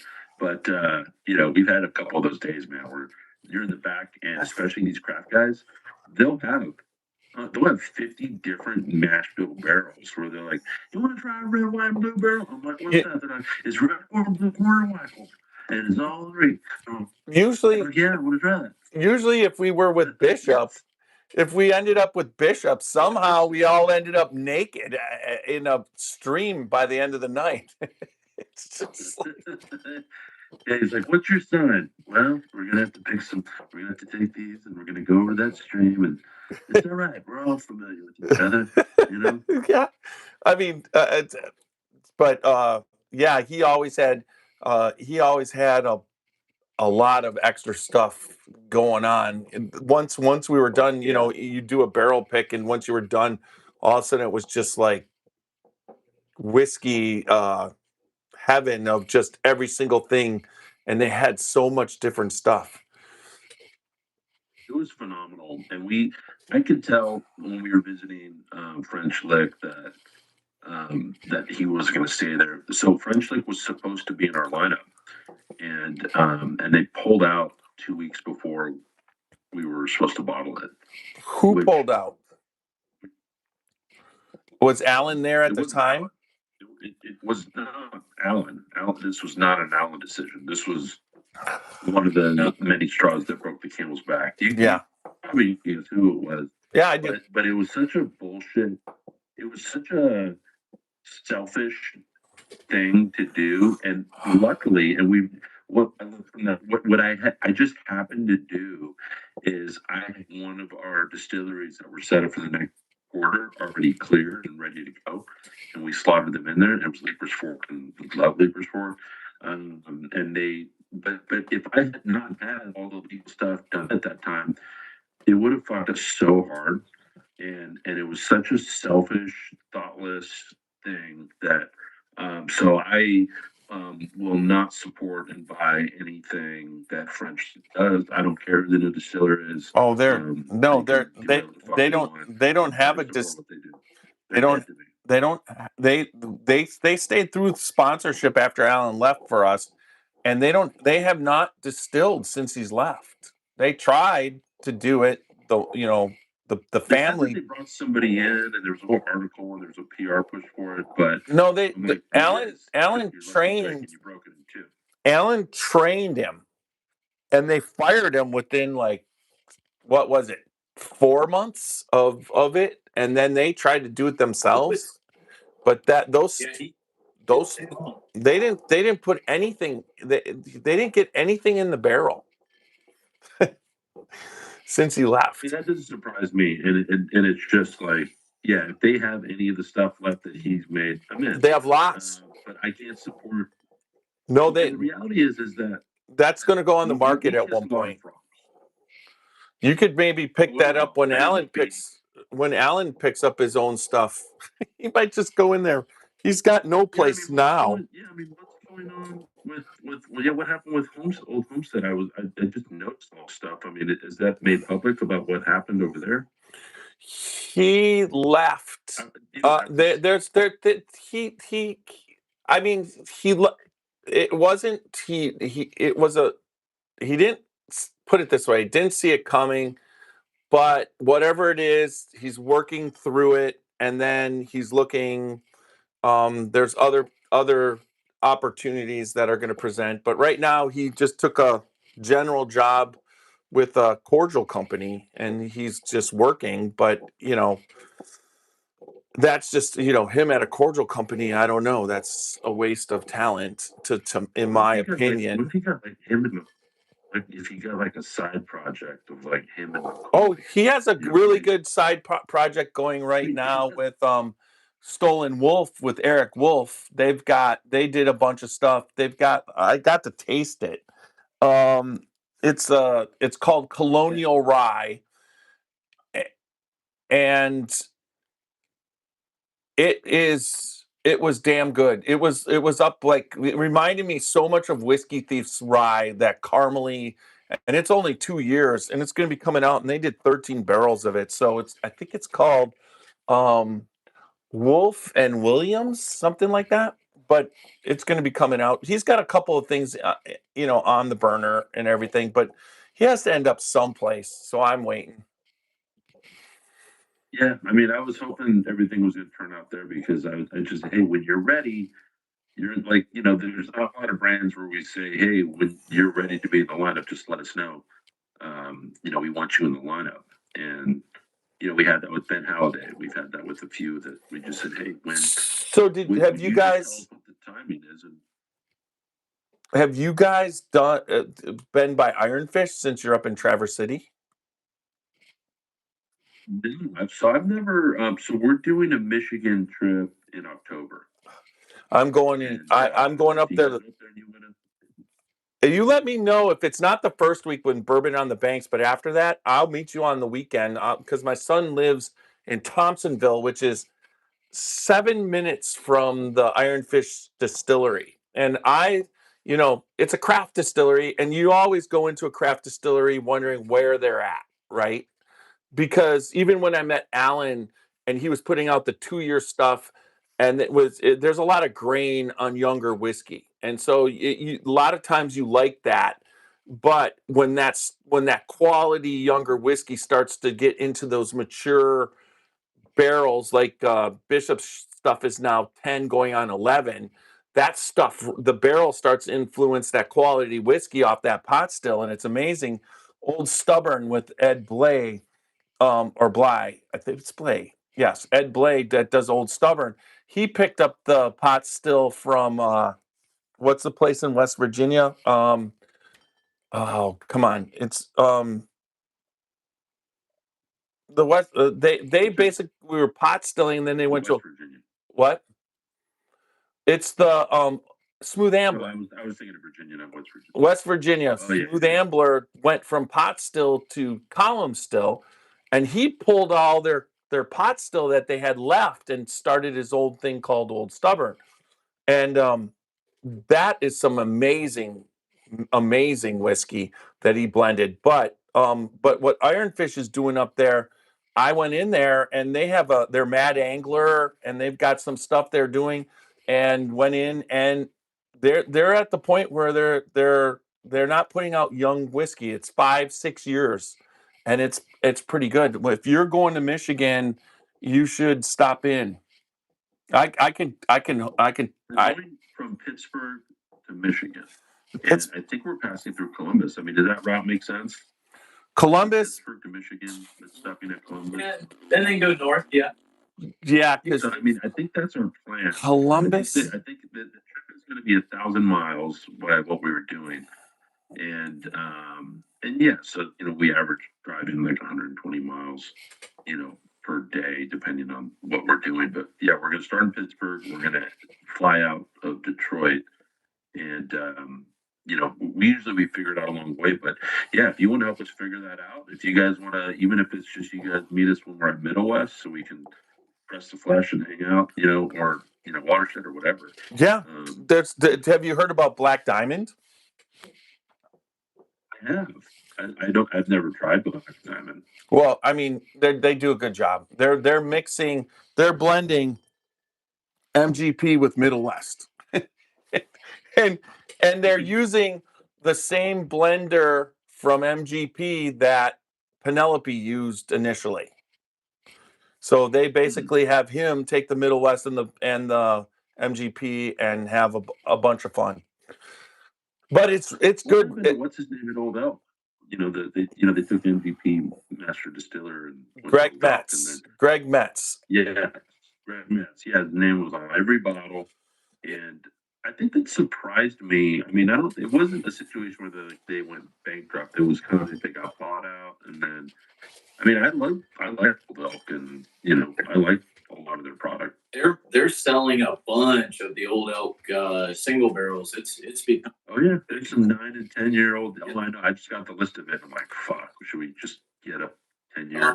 I mean, that was I'm thinking about it. I mean, when you think about it, it was a Middle West power play. I mean, it's a hostile takeover to buy the brand because MGP, where Old Elk was getting it, it wasn't being produced. It was never produced at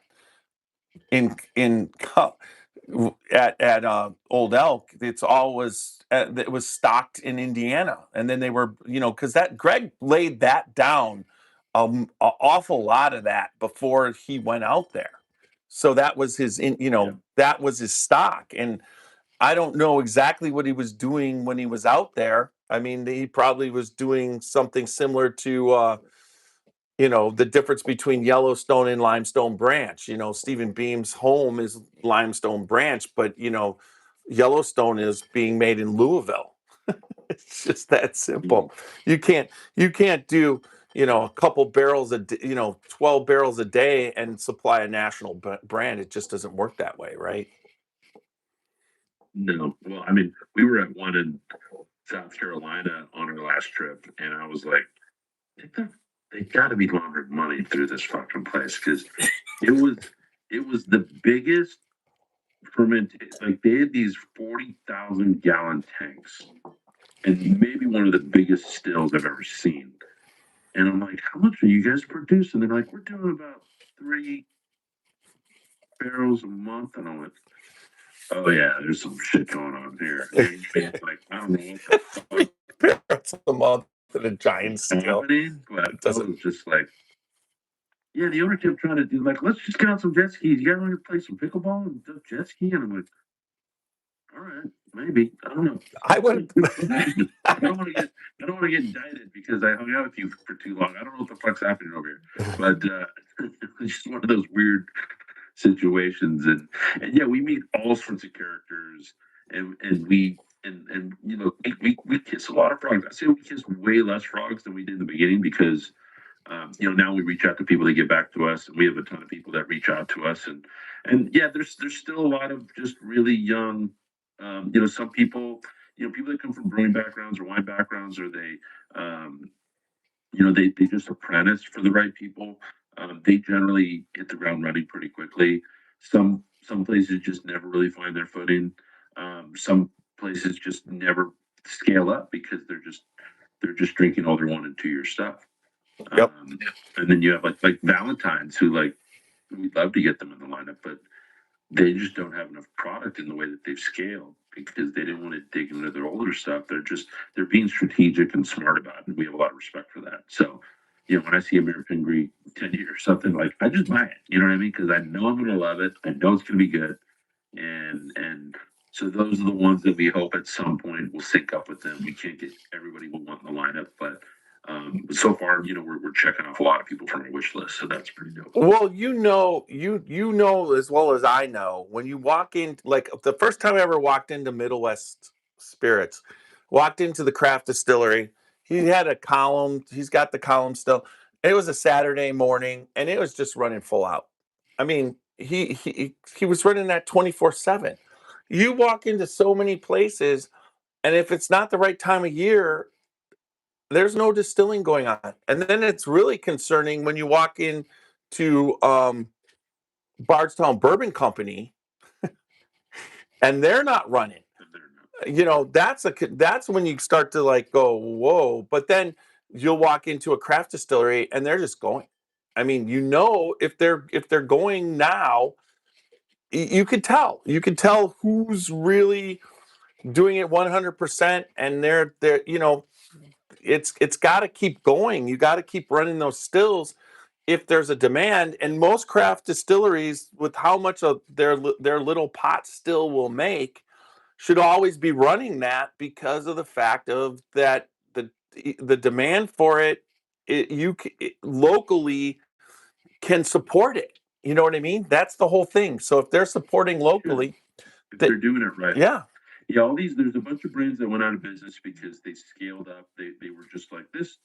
We're never going to stop hockey sticking, and then these tariffs really changed everything. The dynamic, yeah. Because what happened is, and the dynamic and even the narrative, because when all these big brands stopped producing what they were doing because they're not exporting anymore, right? Like Canada drank a lot of American whiskey, and so all of a sudden you look at the industries in this downturn, but the reality is there's a ton of craft brands that they're not hurting at all. In fact, they're still exploding. They're still doing great. But then there's a few that scaled out this massive operation that they never could fit into as the industry took the turn it did. But even if you look at Middle West, what Ryan's trying to do, you're talking about distilling base product here and then shipping it over there and having them finish the distilling process. I mean, he's being so creative to work around all the stuff that's happening. He's, it's like that's where it's kind of, that part of it is you got to be innovative, and you see the people in the industry doing that. Yeah. It just and that's why it's like people have always said, like, why are you guys still growing? And I'm like, there's several reasons. Number one, we're an experienced company, we're a whiskey company, as I've said, right? But also, we haven't scratched the surface for the amount of whiskey drinkers that are out there. Like, we're still a pretty small company in comparison, but we have more visibility now. And the economy is going to ebb and flow. There's always going to be that. But we're trying to now give our model, which is, I think, what's really made us grow, is the FOMO where people don't want to miss out on the next lineup. And I'm telling you, the June lineup, you're not going to want to miss out on it. It's like every single lineup, there is an anticipation of what is that mystery. People still want that excitement. And so now that we're going to be able to give that to restaurants, and it'll be more of a brand extension than our kits at restaurants.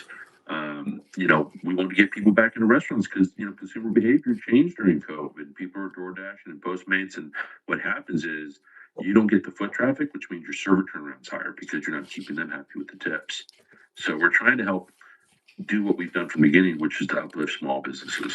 Well, and you think about it, it's like, yes, the tariffs have affected a lot of the industry and everything, but from the standpoint of American whiskey drinkers, you don't see a slowdown in the allocated or the people who are drinking whiskey in what our world is. They're probably spending more money. They might not be buying as many bottles at this point, but they're buying bottles that cost more. I mean, it's almost like it's the allocated people have matured. You know what I mean? It's a higher level, but the amount of money being spent, like you said, and just to do what you're doing, isn't something that they're not doing it because it's too much money.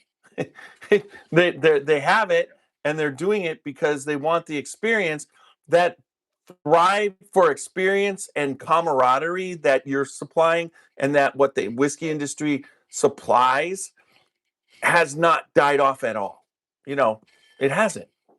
It's just that simple. The whiskey community, and we love that about this industry. That we're traveling through Texas, and they're like, "Oh, where are you guys going? We're going here." Oh, we love those guys. They're competitors, right?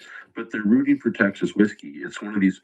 When Heaven Hill Distillery burns down, no one's pissing on the flames. They're saying, "Hey, you need product? Can we help out?" When the flooding happened at Buffalo Trace, everybody steps up. And that doesn't exist in most industries. Nope. And so we love this aspect of it. We love all the people we've met. We're going to continue to make friends along the way. And that's the thing. We've had, we got our 18th release coming out. So other than the repeat distilleries, we've had almost 70 distilleries in our lineup. And we have 70 friends. That's the cool thing.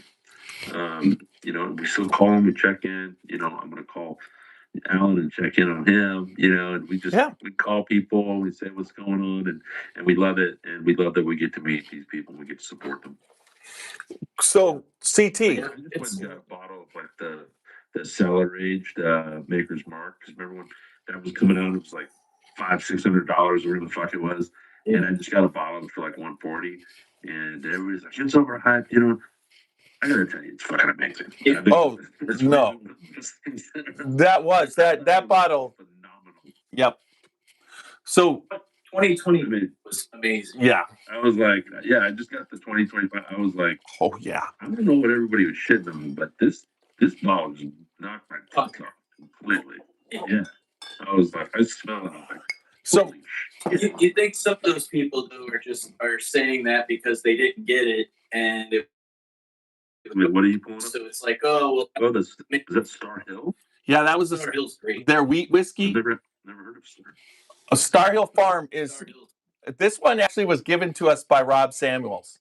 So we did it with whatever. But this is they produce this, and this is all what is it? The kind of farming they're doing, regenerative farming, and that whole thing, and that wheat whiskey that's right up there. I love this bottle. I mean, and once again, wheat whiskeys, a lot of times you got to open them and let them sit, just like that cellar aged. The first time I had it off of a fresh crack, I wasn't, but that 2025 after sitting for it's just so caramely. That Star Hill Farm bottle has, and I think it's just the grain takes a trip back a little more to a dusty type grain, like when you drink a bottle from the early 80s and it has that nuance to it. That bottle kind of has that. It's so good. Chocolate and chocolate. I love it. And I love a dusty note. But yeah, I love it when it's we call it the everlasting gobstopper, like where it's like the schnozberries taste like schnozberries. But that there's I love it when the nose, the taste and the finish are completely three different layers, and then 15 minutes later your whiskey is totally different. And so we kind of judge it based upon all these different factors, but at the end of the day, good whiskey is what I've written on the wall here. Great whiskey is meant to be shared. That's what this is all about. I don't have closed bottles at my house. I have everything's open. Anybody who will appreciate it can drink anything they want, and that's what we love. That a lot of people when we have a line, they'll buy 3 of every bottle: one to drink, one to share, and one to save to again eventually drink and share down the road. Right? It's awesome. Well, what you're doing is great. You're bringing an awareness to these distilleries that is very welcomed. I'm sure they appreciate the heck out of it, but us as bourbon people, I guess if you want to categorize us as bourbon aficionados, whatever you want to say, it's fun to be able to sample from different areas and taste these different things. And so what you do is great. I love it. I think it's fun to go through a blind. I did this blind and I still have 3/4 of a bottle left of each one. So the cool thing is there's enough there to do it once and enjoy it. But then if I had a friend over and wanted to say, "Hey, do the same thing," you can do this. There's enough there to do it 3 or 4 times, and you get some. One of those kids, don't throw them away. Make your own blind. The whole point of like everything. First of all, we made that's custom glass. It took a year to make that. Those are custom caps. Obviously, the packaging is really high end, soft touch, goldie. That's a magnet with a ribbon pull, right? And the thing is that is not so that you can just throw it away. People say all the time, I feel bad about throwing it away. I'm like, why are you throwing it away? Put something else in there and give it to a friend. Introduce them to blinds. You don't have to recruit them to blind barrels. The whole point is go have the fun of making a blind for somebody else. That's what you need to do with your kids. Yeah, great idea. Yeah. So I mean, it's like we had a contest of like, hey, what do you do with your kids? Like, like winner got to help pick a lineup with us. And yeah, somebody like made a Zen guard, and somebody form fitted the foam and put their gun in there. I was like, this one dude built a whole wooden thing that had places to put the bottles and a thing that held the tasting notes and places to put the glasses. And the guy was a wood craftsman that was off the charts, and he made one for me and each of my 3 guys. And yeah, recycle the kits. Like literally make a blind for somebody, introduce somebody to whiskey. Use the kit to do that. Yeah. All right. What was your favorite CT, real quick, out of the 4? What won the blind? For me, it would be the uniqueness of number 3, being that I just liked how it was just totally off the wall. Second place would have been number 4. Third place would have been number 1 for unique again, and then 2 is great. It's just more of that traditional kind of urban taste. So I love that you picked the lineup based on uniqueness. I honestly, I wish that most people looked at it that way, because that Southern Star single malt is going to be everybody's jam, and it's interesting because we say it's like the bourbon liver single malt because of the way that it's made, and it's unique and it's approachable. And I'm not a massive single malt fan. We single malts in the lineup, and I like them all. And there's some that I'm like, oh my god, this is good. I really like that particular one, and I can't point to a bottle on any shelf that I have that's anything like that. Correct. But that's where 2 probably lacks for me the most. Is it's findable. I can put something together that's going to be somewhat like it.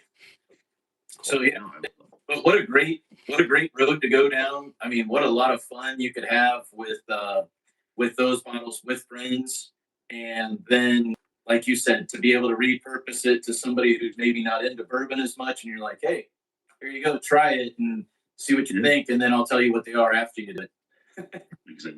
Exactly. No, that's the point. Discover it on your own terms, right? You want to put a cube in there, great. My pet peeve is crushed ice. So, I have a brother-in-law who puts all of his stuff on crushed ice. All of it? No. One time, it dilutes it too fast. 100%. And the thing is, like, we're not taking shots here because that's the only way you can kind of enjoy that. But you're also numbing the whiskey. You're not getting out. There's a lot of things that it strips out of the experience. But I have a brother-in-law that's the way he drinks all of his stuff, and I know he really likes that honey Jim Beam. So I just keep a bottle of that in my house at all times, right? But like one time I took a shower and they showed up early, and sure enough, Arnie's got a fucking full glass of crushed ice and filled to the top, and I called him over. I'm like, the fuck did he pour? He's like, oh. And I looked, and as a sleuth, I looked, and he had poured the Widow Jane 15 year. And the worst part about that was I didn't even fucking open that bottle yet. I just got it. It's like he broke every cardinal fucking rule, which is like, first of all, I don't go to anyone's house and just pouring fucking whiskey. No. I don't definitely don't open a fucking bottle, and I definitely don't pour it on fucking crushed ice. Oh, and it's like this. The same rule, like when you're like being with a owner of a distillery or whatever, and they're like, all of a sudden there's a lot of stuff happening, and they're like, anything you want. It's not like I go and pick the 500, the $100 pour. It's like, yeah, sure, Knob Creek. I'll have a Knob Creek neat. That's usually kind of how I go. But at the same time, you were talking about the crushed ice. What? I said, yeah, give me the 25-year Knob Creek. You said anything, yeah. Yeah. But I will tell you that like every once in a while, I will put Knob Creek 9-year on crushed ice just if I don't even want to think about whiskey at all. And I want something refreshing and it's hot out. I don't mind that every once in a while, but never. That's like maybe once a year. If it's crushed, it better be crushed enough to be called a slushy. Well, and look, if you kind of get fucked up, hey, I got stuff that'll get you fucked up. There's nothing wrong with that. And in fact, like if I have high proof whiskey, I will oftentimes put one nice ball in there because the water will open it up. It's going to evolve in the glass. There's a lot of, I like to know what the different stages and the nuances of the proof are. But I always start with it neat, and then I'll put a cube in, and that way I'm kind of experiencing all the aspects of it. I mean, cask strength was never meant to just let's just drink cask. Oh no, proof it down to what you like. Yeah, you're supposed to pick and choose where you want to drink it. And then bourbon snobs decided, we're going to drink it that way. That's great. Yeah. We're going to burn our tongues right out of our mouths. What happened to Ricky? Well, he also got esophageal cancer. Well, no. All right, so let's. What do you know? So I want to finish this up because we've done this now. We do invite a couple people. There's some of the people watching. We invite them to come on and ask any questions if you want to stay. But if you have to go, or that's fine. Either way, just that's up to you. Or if you, or yeah, and if you stay, anytime this gets whatever, just say, hey, I got to go. That's kind of how it works. So we're not trying to. There's no pressure to stay. That's what I'm trying to. Okay. Yeah. No, I got 15 minutes. I'll have to tuck my kids in at some point. Okay. On the West Coast. All right. So I will. We'll finish this up. So what's your? The whole time? You need what? Oh, there you go. Yeah. Well, because it started as like the podcast, I was like, oh, and I was like, I thought it was live, and then when you said podcast, and I was like, I thought it was, but now I'm confused. It's both. And then there was like, oh no, we're live. We're live, Facebook, YouTube, and then we're recording for the audio for Apple iHeart and whatnot. So, but no. Let me put my pants back on. Well, but I would like you to give everybody your connections. Just do your thing on how they can find you, what they need to do to go where they need to go. Yeah, so I mean, you go to blindbarrels.com and you'll see that you can either become an annual member or quarterly. The quarterly is just you're paying by quarter. Annual, you're prepaying for all 4 quarters. You can also just get a one-off kit. You can also just buy a Fred Minute kit. You can buy our bottles at a premium without the member prices, but members obviously get the member prices. The quarterly, you will get a tasting glass. The annual, you'll get 4 tasting glasses. You'll get a bonus kit. You'll get the Fred Minute kit. You will get a pop socket for your phone, and you will get, for the first time ever right now, until we run out, we have flight boards. We have staves, made from whiskey barrels that we turn into a flight board with, I got a laser thing that puts our logo in it. It's really cool. We put a finish on it, and they're all bung staves too. So we got a guy that supplies us with only because staves come in they're skinny, they're thick, and whatever. And these ones, they're all the thickest. Like it's the thickest flight board you're ever gonna get. And then you can find us on Instagram at Blind Barrels. If you ever hit up our support line, support at Blind Barrels, say whiskey Blind Barrels. If you DM us on Facebook, Blind Barrels, or all roads lead to me. If you hit up the chat on the site, it's going to be me. And I'm going to do that as long as I can. Pretty much all my members have my phone number. What's interesting is if you give everyone your phone number, barely anybody uses it. But, I'm very accessible. I take care of all customer service things. If anyone's ever unhappy, I just call them personally. And at the end of the day, we care about what we do, and we care about our members and the whiskey we built and the community we built. All right. So there you have it, everybody. Blind Barrels. we're supporting you, and as we go forward, I mean, honestly, everything that you do and how you're doing it is a podcast for us. It's whether you're here or not. So it just makes sense for us to do it. So, all right. We're the Scotchy Bourbon Boys, www.scotchybourbonboys.com for all things Scotchy Bourbon Boys. We are on Facebook, Instagram, YouTube, and X, along with Apple, iHeart, and Spotify. Whether you watch us or you listen to us, make sure leave good feedback or join, become a member, or also on YouTube, leave us super chats. And with that said, remember, good bourbon equals good times and good friends. Thanks, Bobby, for coming on. Thanks, CT. And remember, wait, yes. Remember not to drink and drive.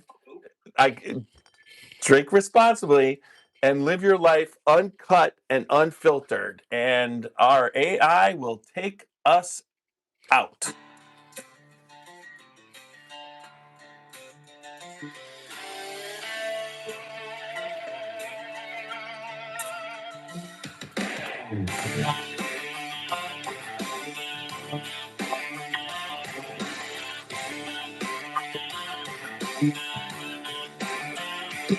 Wake up, sunrise and boots on the floor, working hard all day till you can't no more.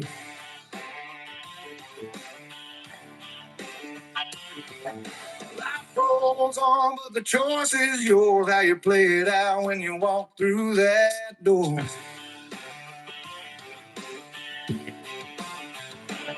One bottle, one drink, one pour.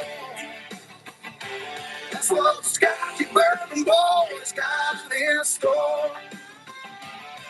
Tuesdays, Thursdays, come pull up a seat.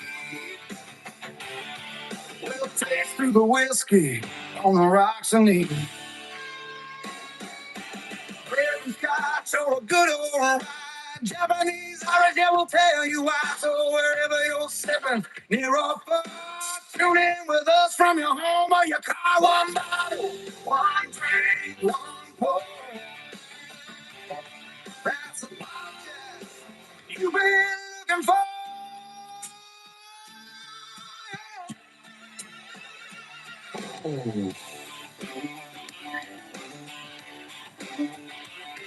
All right, I got that done. So I sent out.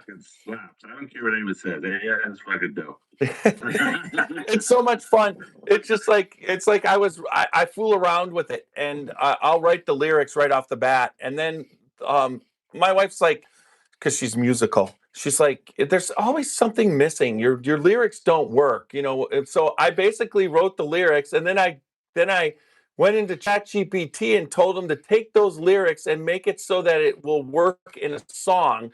It changed what it needed to change, and then I stuck it in the program, and there it was. Right. Yeah, dude, I did it for my parents Christmases ago. I did the same thing. I actually wrote those lyrics by hand, not realizing ChatGPT could write way better shit. And it was about like they're the real Mrs. Claus. And I'm telling you, my parents wept. They called me crying every day for like 90 days. I swear to God.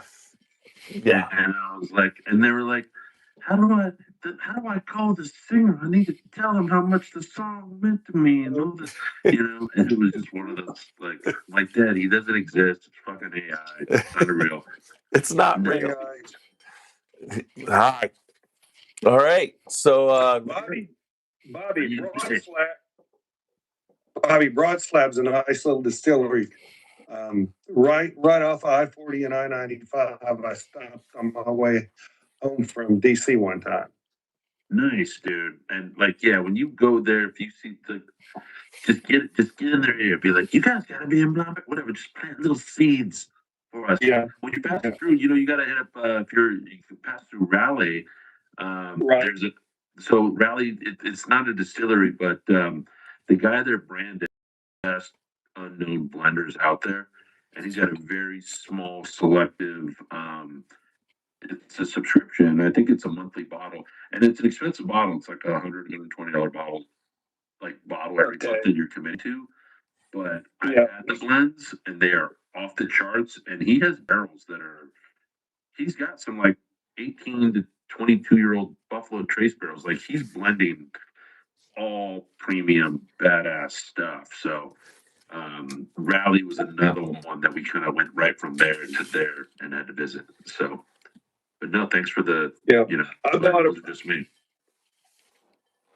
yeah, I liked it. And Weldon is not, have you been to Weldon? We did. We went to It's right, Weldon. Yeah, and it's weird. Weldon Mills. yeah. Yeah. So Weldon, which was that? So I like the Soldier's Cut. So yeah, the owner is he's a big dude. He's bigger than me. I'm like 6'5", and he was Yeah. bigger than me. And the problem was we visited Welders. So they have like 70 SKUs. They've got like Yeah. 40. This one is things. really good. They're weeded. We didn't have that one Yeah. there. It's I think it's a store pick. Well, not store pick, but I think it's maybe a distillery only. One of my friends gave it to me the other night. I gave him. I bought a barrel last Saturday, and I traded him a bottle of my barrel for that.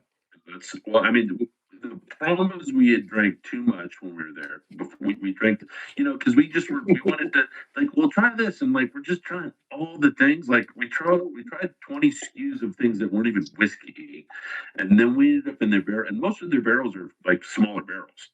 And then at one point, he was trying to pop the bung off a barrel, and he just started like claw hammering this fucking barrel in the middle. It's in the middle of the night. We're in the back room, and I'm like, I feel like we're either gonna get murdered here, gonna get doused. Like that, we didn't know what was gonna happen. We were just fucked up, and we were back there. And so I was like, we need to try all these things blind. Like send us some samples. Let's do it properly. But yeah, we like those guys. Really cool spot. Yeah. Several of us were down at the New Orleans Bourbon Festival, and we were picking the top thing, and we were that way by the end of the day. It was just like, what we tried like 50 different ones, Tiny. Oh, I think it was 30, 30, 50 30, 36. And I think Randy, I've experienced this type of tasting before, but if you've never experienced that type of tasting, I think we got out and Randy goes, we wanted to go up the elevator. We're going up the elevator, and he's like, I started off, and he says, I thought I had it under control. And then he kind of hit the elevator, and we realized, he goes, but I don't. Right. That was kind of how that went. I was walking. Yeah, the thing I didn't have under control, which really sucked, and they need to fix that for next year. They didn't let us know what we were trying. So we tried some that we really liked, but I don't know what they were. Yeah, but That worked. they let you know what they were trying. Barb read it all off at the end. You just kind of, Barb read it all off. She did. She read all I'm going to remember number 30. Yeah, but how am I going to remember number 7 from? Because I didn't have anything to write it down on. It was all computerized. Yeah. Plus afterwards, we went to three more bars, and that was a fun day. That was. I agree. I'm glad. I think at one point I didn't think you were gonna make it all the way, and you did. So you did a good job making it all the way. But we're sitting. No, I had to watch. I kind of had to watch him because we went to a bar where Chicken Cock was doing tastings, and all of a sudden the rep was like, who I know because I know the people in the brand. Will starts pulling out special stuff. He says it was over at Barrel. What was the place? Barrel Proof is a bar that they go to, and so we're over at Barrel. That's where we picked that's the bar that we were in with Sean Justin. We were making the blend with Penelope. Yeah, and we were getting affected because there was just a bunch of cigar and weed smoke drifting in at any given point. Yeah. So we're sitting there, and he all of a sudden he orders one, but all of a sudden the stuff starts flowing, and I'm just like, wait, not to him, not to him. I was, and then Randy would be like, all of a sudden he'd be over there, and I'd be like, oh no, but he survived. That's the key, right? You're always looking for your friends' backs. Well, I'm glad you didn't see because it was face down a gutter in New Orleans. That's a bad one, yeah. As long as you didn't learn one of those strip clubs that how many strip clubs were over there. We went to Coyote Ugly, right? Wasn't that what's that? That's as close as we got to. Yeah, that's as close as we got. Coyote Ugly. Yeah, that was like at 10:30 in the morning too. New Orleans is wild. Once he starts looking for Zins, once he started looking for Zins, I was like, everyone keep an eye on Christian because I don't know where the fuck he's gonna he'll just go missing. These guys were really good to Matt and I because we had a bus tour last year where, admittedly, I had too much. I will just say and own that. And my friends took care of me. So again, thank you for that. Thank you for not letting me die. I woke up the next morning and I was okay. Is that a Maker's Mark display that's all cellar age? Like what the No, not all. But like it's a little bit. A lot of it is. That's the dopest. I want one of those so bad. How did you get that? I got it on Facebook Marketplace. I had to buy it from somebody who had it in his garage. Oh my god, dude! You have to like send me. But part of the top row is all cellar aged. I used to have it in the middle, and someone's like, "Why don't you have it in the top row?" Okay, I'll do it in the top row. It's fucking so awesome. The new ones are all in those same bottles. That's when why everybody, it was funny when all the Facebook groups were shitting on it. And this is kind of like the dark side of the whiskey community where everybody's like, I'm an expert. And everybody, like, there's this inherent element to certain whiskey clubs where they're just overly negative, and I can't be around that too much, where I'm just sitting there. Somebody is just, you'll pour them something that is fucking awesome. And the first thing they'll say is they're trying to be a critic, like they're trying to, and I'm just like, shut the fuck up. Just say thank you and tell me what you liked about it or what you did. But like, let's not start with the shitty part of it. And that's why. So when I'm like, you know what? I saw a cellar. I saw it for $140. I have a really good connect with this one spot. I'm like, I'm gonna buy it. And when I poured, I'm like, whoever said this was terrible is an asshole. Like, it's amazing. But no. A little bit less than no taste buds. But no, in 2023, we're at was it 2020? Yeah, that was the first year, 2023. Yeah, because I got 24 into right. So we're at Kentucky Bourbon Festival. We're at the Rick House restaurant underneath the Kentucky Bourbon Festival offices at it's like in the little cellar basement area, and they cracked it, and we all had a pour. Like they just got it, and it was being released out of Maker's Mark like in the morning, and I had it fresh crack, and I was not impressed. I was like, I wouldn't say it was bad, but I'm like, okay, that's not what I thought it would be. Cellar aged, then barrel. It's like this should be whatever. So at one point, Walker, who's right there, and he basically we like what was it like? It's got to be like 9 months later. We were in Louisville, and he's got it, and it's been opened, and it tasted so awesome that he gives me the rest, half of his bottle, and he goes, "You just take it," because I loved it. And so he goes, "But He gave you a caveat on that. But he goes, he wanted the bottle. Big caveat. He wanted the actual bottle back, okay? It's because it was the first bottle in whatever. And I'm like, that's no problem. So he's thinking it's a half a bottle of Makers. I'm a podcaster. Maybe I'll give it back in a year or whatever. It's kind of whatever. I saw him 2 weeks later, and he was in Kentucky. I live in Ohio, and I gave him that bottle back empty. I was like, he gave me, and then he's like, well, I got another. I think, did you have the 200 milliliter one?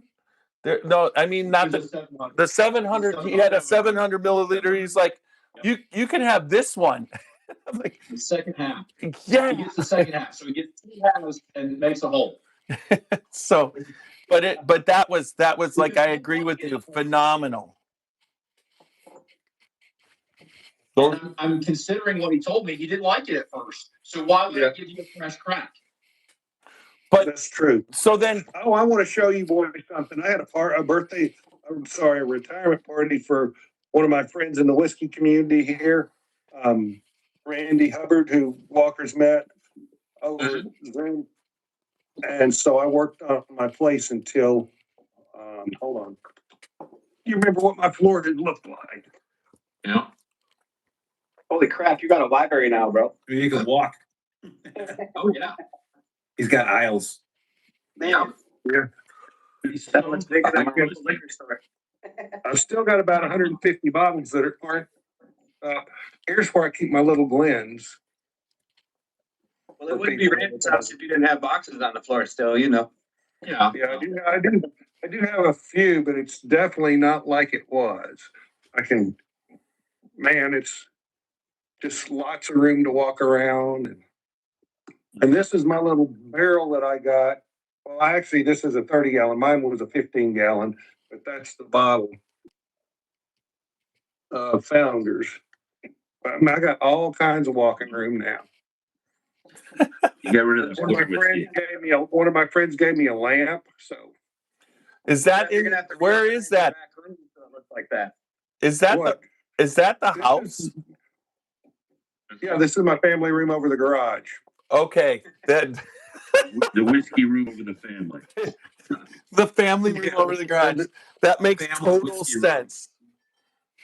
That's awesome. Yeah, That's something I would do. Take a whole floor of your house. Be like, let's do it.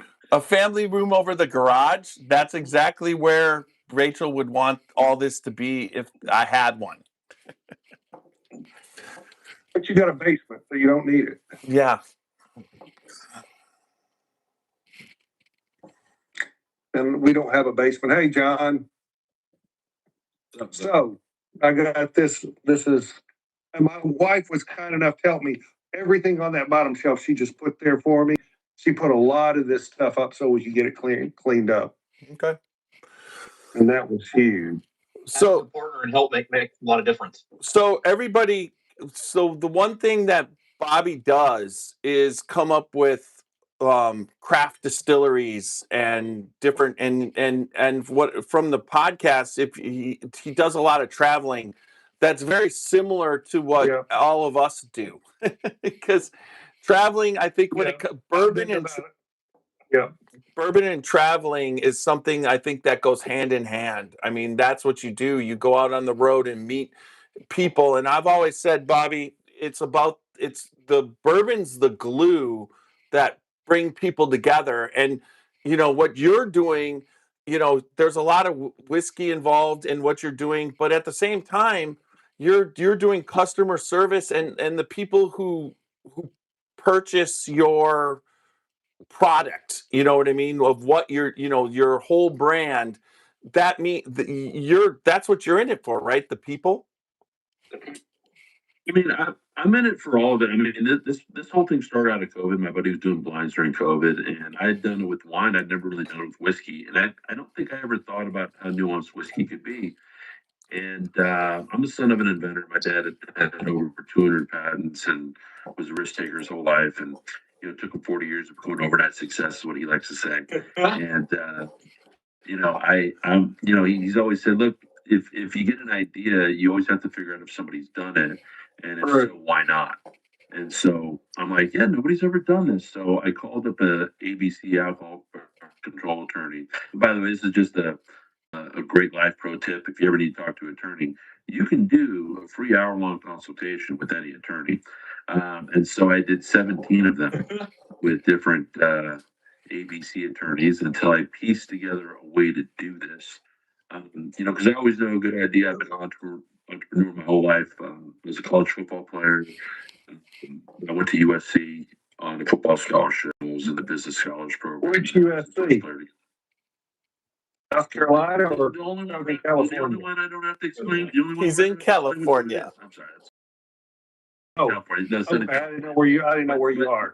But no, you're right. When if I say that in any of the Carolinas, yeah, I sound like an asshole. Yeah. Yeah, I was there during the Pete Carroll era. I was on the starting defense with Troy Polamalu, and then I was in the film school there, and so I made a documentary that took on the NCAA, and I'm on the oversight committee for the nonprofit that created the NIL laws. So 5 minutes of my film played for the Supreme Court, and really kind of helped give these athletes rights that they didn't have. So I've always kind of had a motive to help people that didn't have the voice or didn't have the platform. I've done it with education and educating foster kids in my territory. And so, with COVID, when everything died, and I'm antsy and I can only paint so many accent walls and install so many bidets, that's when this company really sprouted out of it. And I do love that we get to meet all these people, but with the distilleries, but I love our members. We do live tastings twice a quarter with all of our people. And it's funny, we always have somewhere between 200 or 300 on each of the ones that we do. There's like 100 people on, but then there's like anywhere from 2 to 4 people on each one. And the people that aren't doing the lives are missing out because I'm sending out Pappy 23 samples. I mean, we gave away a sample of Michter's 20 year. We're giving away a bottle of things in the lineup. We're giving away and coffee, bourbon aged coffee, all sorts of fun stuff. And eventually, if someone stays on long enough, they always win. So those are really fun because there are a lot of regulars, just like you guys have here, and we get to meet everybody, and the new people come on, and then they're like, "Oh, I didn't think this would be as fun as it is." And it's like, "Yeah, no, that's what we do. We just sit around, we're not on some high shelf saying like, oh, well, you need to do it this way." We love listening to everybody. We love meeting everybody, and yeah, we love that we built this community and now some of them meet up, and we travel. Like next year when we go from Pittsburgh to Detroit, and I think Columbus along the way. Yeah, we'll look up members in all the zip codes where we're going to stop at, and we'll invite them to come back, go to the distillery. Let's pop barrels. Let's give them an experience that they don't normally get. When you do, where are you going in Pittsburgh? I don't know. Sometimes I'm in the dark. I can't do all the things. So my whiskey wizards are. I have a chief tasting officer and my co-founder. Those are my whiskey wizards, my spirit scads, as I like to call them. And they're much more in charge of the trip. So one is the navigator, and he's also my food guy. And we never know where we're going to stay. And my wife hates that. My wife's a planner, and she's just like, "What do you mean you don't know where you're staying?" Well, sometimes we just don't get to the city in time, and so we figure it out. Whatever. It's kind of part of the adventure. But like last time we stayed in DC, we stayed in this like 4 bedroom spot that we got on. I don't know if it was Airbnb or bookings or something, but it was like $200. We're in the part of DC for $200 a night, and all 5 of us like normally you're looking at a $400 hotel room and have to get 2 of them.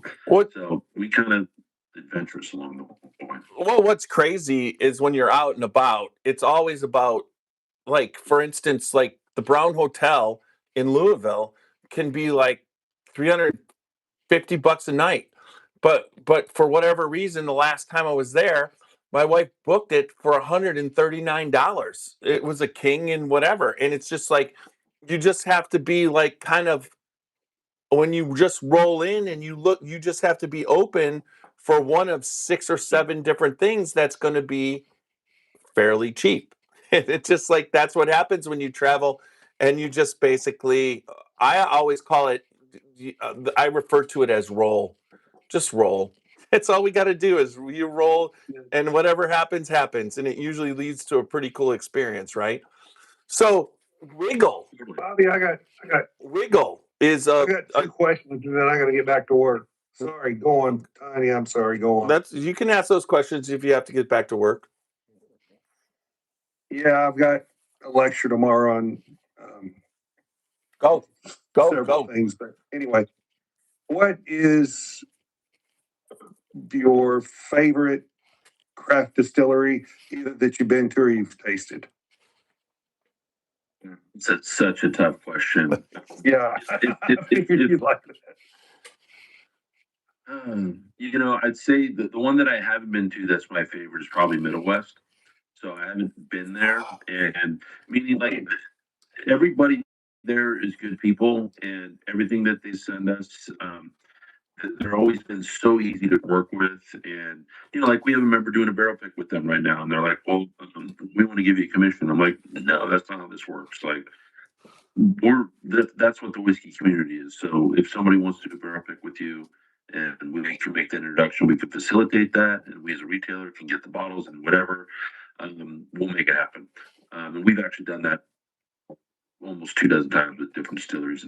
But I'd say probably Southern Star of the one that I've been to. Out in North Carolina? Yeah, in Statesville. I think that looks a little bit like. The branding isn't anything that'll like blow your mind, you know? Well, I got some there, but yeah, I've got a bunch of it's a red bottle. Like their weeded bourbon is phenomenal for its price point. If you can get a barrel pick from them, like if you guys ever want to do a barrel pick, I'm happy to. I'll call the owner to roll out the red carpet. He'll send you the best of the best of the best. But you know, in another lifetime, I helped kids in college, so you know, I'm an expert at SAT, ACT, college application essays, and helping kids build up their leadership and their story. So, you know, I've been working with his daughters. There you go.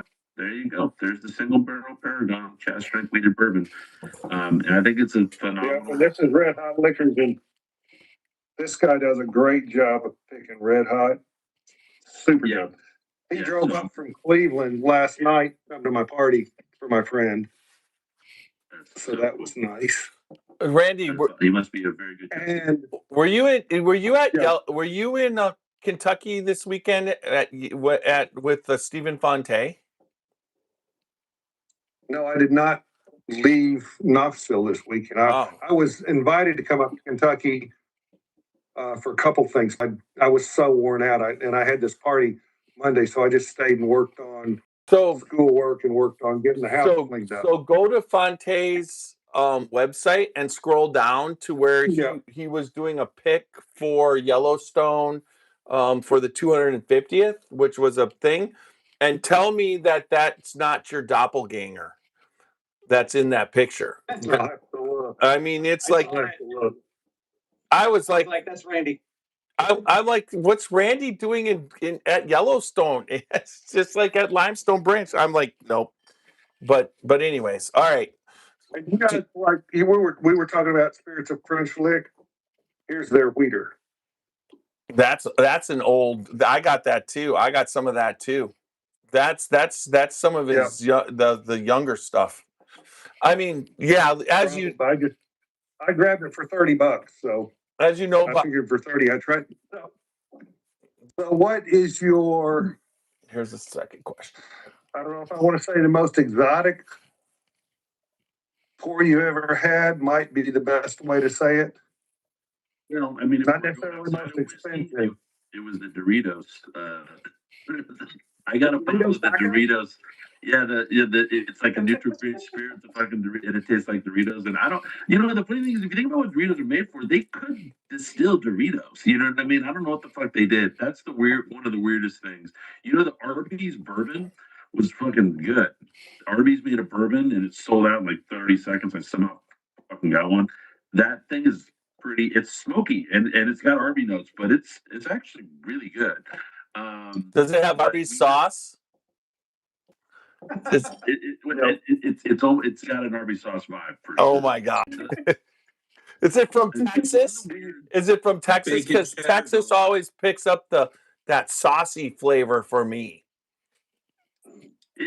I don't know who made it. I didn't know enough about who formulated it, if it was flavored or whatever. But I had like I couldn't buy, so I had like 10 people on it. I'm like, I gotta get this because I was gonna make content out of it or whatever. I got like 2 gallons of Barbie sauce, like RB sauce, that I squirted into my mouth as a part of the video. So I had fun with it. Well, But good. I'd say that the two of the left of center ones that have been in our lineup. So Koval, I like Koval. It's just they're really accessible and they're everywhere. And I said, you gotta give something really cool. And so they have a Thresh and Winnow series that. Yep, I've got it over here. So did you get the single malt? Did you get the millet? I got the rye, I believe. I'll have to find it. Yes. But when we were up there, you guys can help me. You guys were with me when I bought it. Yeah. Go, Bobby. There you go. Yeah, so you got the Cobalt bottle, but John's holding up the Thresh and Winnow. That was And the look at wheat. that bottle. Yep. So it won bottle of the year. It's a gorgeous bottle. So they said, look, for the first time ever, we're doing a millet grain, and I'm like, fucking millet Yep. grain. I've never. They do that. I've got their millet. Yeah, so I've got we put that in the lineup, and then one that was also left of center. So there's one that's called Mendocino Spirits, and they have one that's called an 8-year malted rye, and it's made in a cognac still from the 1700s and aged in cognac barrels from the 1800s. Oh, badass. And I got it. So he made it, and then I ran out of it because he stopped making it. He couldn't source the malt grain anymore, and I just saw it and I bought some of it. I've got 2 more bottles of it left. And at the distillery, it's $150. Like if you're at the distillery, we sell it for like 120. And the batch that he made recently that we have, this is one of the cool things that of course, when I got it, I cracked it and I drank it, and it was so fucking good. And it's it's got this funky nose because of the cognac, right? But what was so cool was that after I drank it and I tasted it, it was amazing. I got to call Crispin Clay, the guy that made it, and just tell him what a great job that he did. And that's probably one of the fun things is that when something like that happens, we get to. But yeah, one time somebody put like hops in after they made it, so it was like it wasn't whiskey anymore. And they called it a single malt, but they didn't say the word whiskey anywhere on the bottle. I don't know if you ever read Iowa Legendary. Iowa Legendary. So basically, was it Pendleton? Who was the one that said they supplied Al Capone? Was it Pendleton? It was somebody. It was some Templeton, right? Templeton. Yeah. It was Templeton, but Templeton, it was all a lie. They were sourcing MGP, right? So Iowa Legendary, this guy Heath Schneider, his grandmother was the most well-known female bootlegger. Ooh, is that a rye? Well, it's called Iowa Legendary Rye, but it doesn't say the word whiskey anywhere in the bottle. No, I think I have a bottle of that. It's wonderful stuff. If it's the one I'm thinking of. So there's a red and there's a gold, and then there's a red and a blue. There's a gold. There's a hazmat one that's purple, and then this is the gold one right here. Now, what you'll notice is it doesn't say the word whiskey anywhere in the bottle because his grandmother made whiskey on a 26-gallon still, and the train would stop by at the back of their house, and they would load it up, and it would go right to Al Capone. And supposedly this was one of his favorite whiskeys. Now, there's only 4 ingredients in this. One is bread rye. The second is water. The third is yeast, and the fourth is sugar cane. Now, the moment that you put sugar in, it's not whiskey anymore. You turn it to moonshine. But but that's what they drink. Yeah. And this is the exact recipe of what Al Capone drank back in the day. And so the Bourbon Junkies, we did a partnership with the Bourbon Junkies at one point. They helped us pick like our 4th lineup, and when they did our kits after the fact, and they did this bottle. They bought a bottle of it. I would have sent it to them. And the owner of Iowa Legendary called me up. He's like, "Did you guys do something?" And I was like, "What?" He's like, "There's like 5,000 people. Like the server's almost down, like on our site right now, and I don't know what the hell's happening." And I was like, "I don't think so." And then the Bourbon Junkies made a separate video that got like 250,000 views or something. Yeah.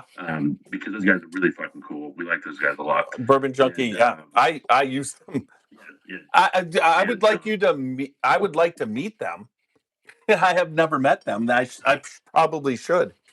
You should. No, those guys are a kick. They're really authentic. They're really, really fun. Very similar to you guys. You guys would definitely hit it off. But I love that that was a great example once again, the whiskey community where we were paying Dan and Sean to do videos throughout the year of our kids, right? As a partnership because, when most people who look up reviews of our product, we don't pay for that. Like we send people reviews, so we've never had like a bad review, which is great. But we always tell people, hey, just be honest about the experience itself. And that was just one of those cool things where they made a separate video. We didn't pay them to do it, and they talked about because it's extremely unique. But that's a bottle that's from that $100. I think I remember seeing it for like $77 or something. It's awesome. But yeah, he made like 10 26-gallon stills to the same exact specs that his grandmother made. So it's a That's pretty cool. That's pretty cool. I'm not finding my bottle. Like I said, my wife helped me put everything up, so who knows? It's somewhere in here. It's red though. It's the red one. It's the red one, but yeah, but it's the flavor profile is not like anything that you'll ever have. Nope. Probably my favorite rye on the planet is this one. The German rye. About I've never had it.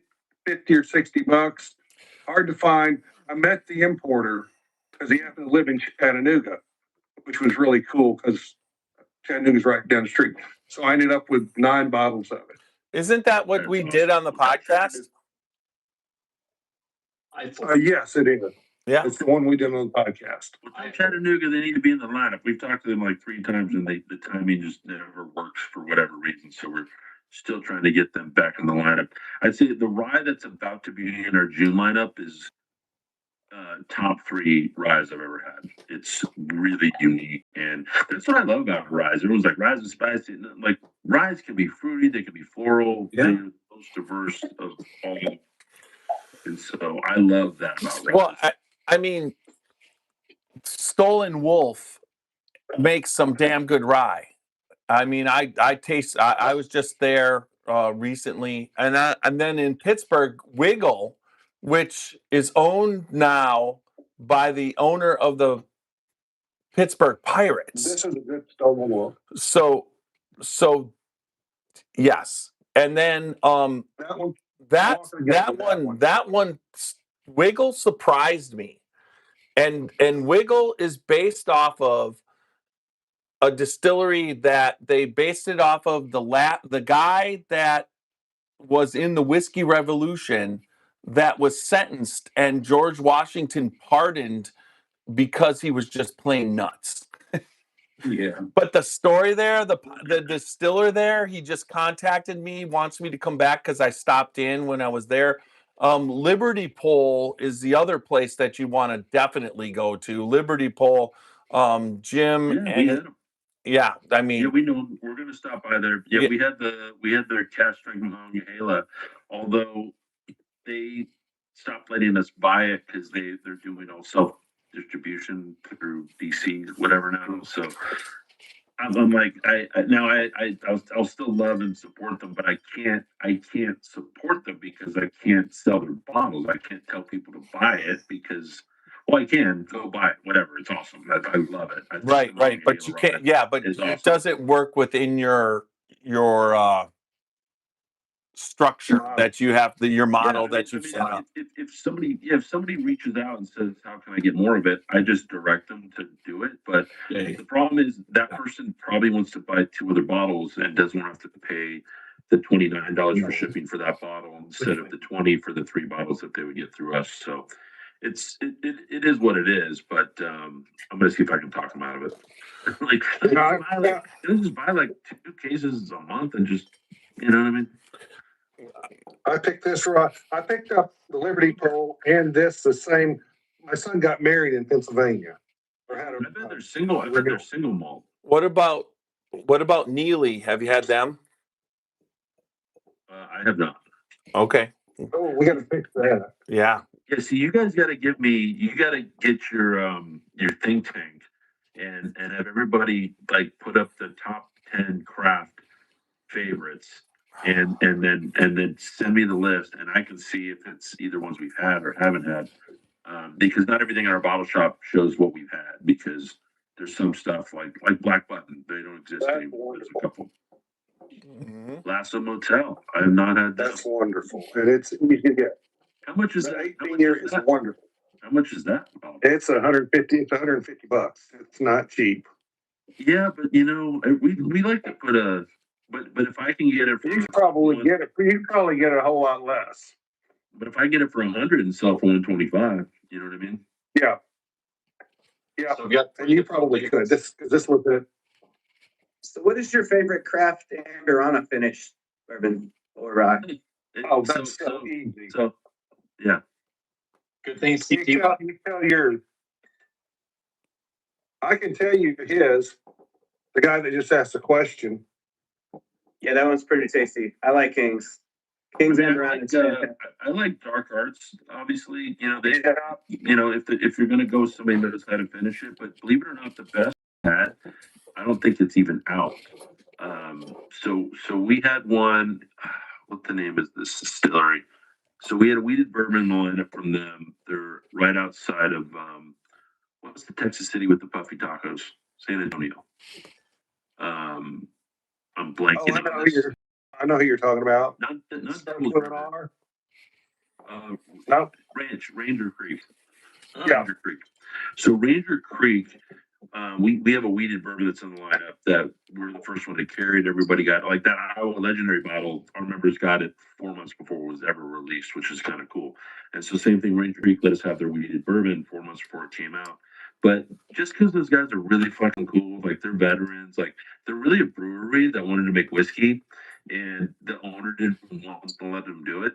And so they just did it anyways. And then they poured the whiskey. They got it. This is good. Who made this? They're like, we did. And they're like, oh. So that's kind of how the brand started, and at least the whiskey of it. And he sent me because the trick, you put it in too long, you fucked it up. You know what I mean? Like, it's got to just like, it's got to be like, you're barefoot and you're touching the asphalt and you just, okay, yep, that's all right. Just throw it in there. Get it right. Exactly. But it's interesting. Some finishes, so the rum finish that we had with Old Hamer, which is from West Fork, Kentucky, West Fork, Indiana distillery, they're maturing it in there for an additional year. And Yep. I think that rum finish, when you put it in there longer, it balances out. Sometimes, so there's this weird, it's not long enough, it's too long, and then it actually mellows out.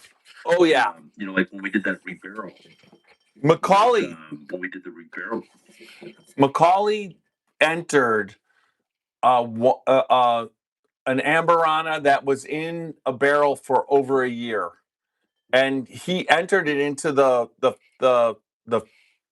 festival, and it was insane.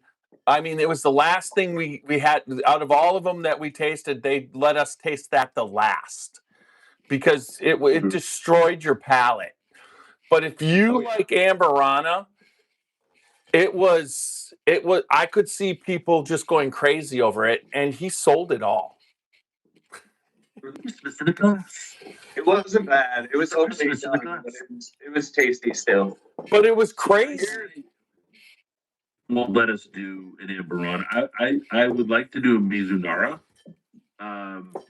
We're talking to somebody that has a Mongolian wood one, and the only one that's done that is Old Charter. And the thing about Mongolian wood is that it's so porous you can't make a barrel out of it. So this dude put it in a steel drum and then lined the staves and basically made a steel reinforced Mongolian wood barrel. And it's pretty fucking good. So like once again, that's one that's way left of center and super unique. But finishes are Looks like that.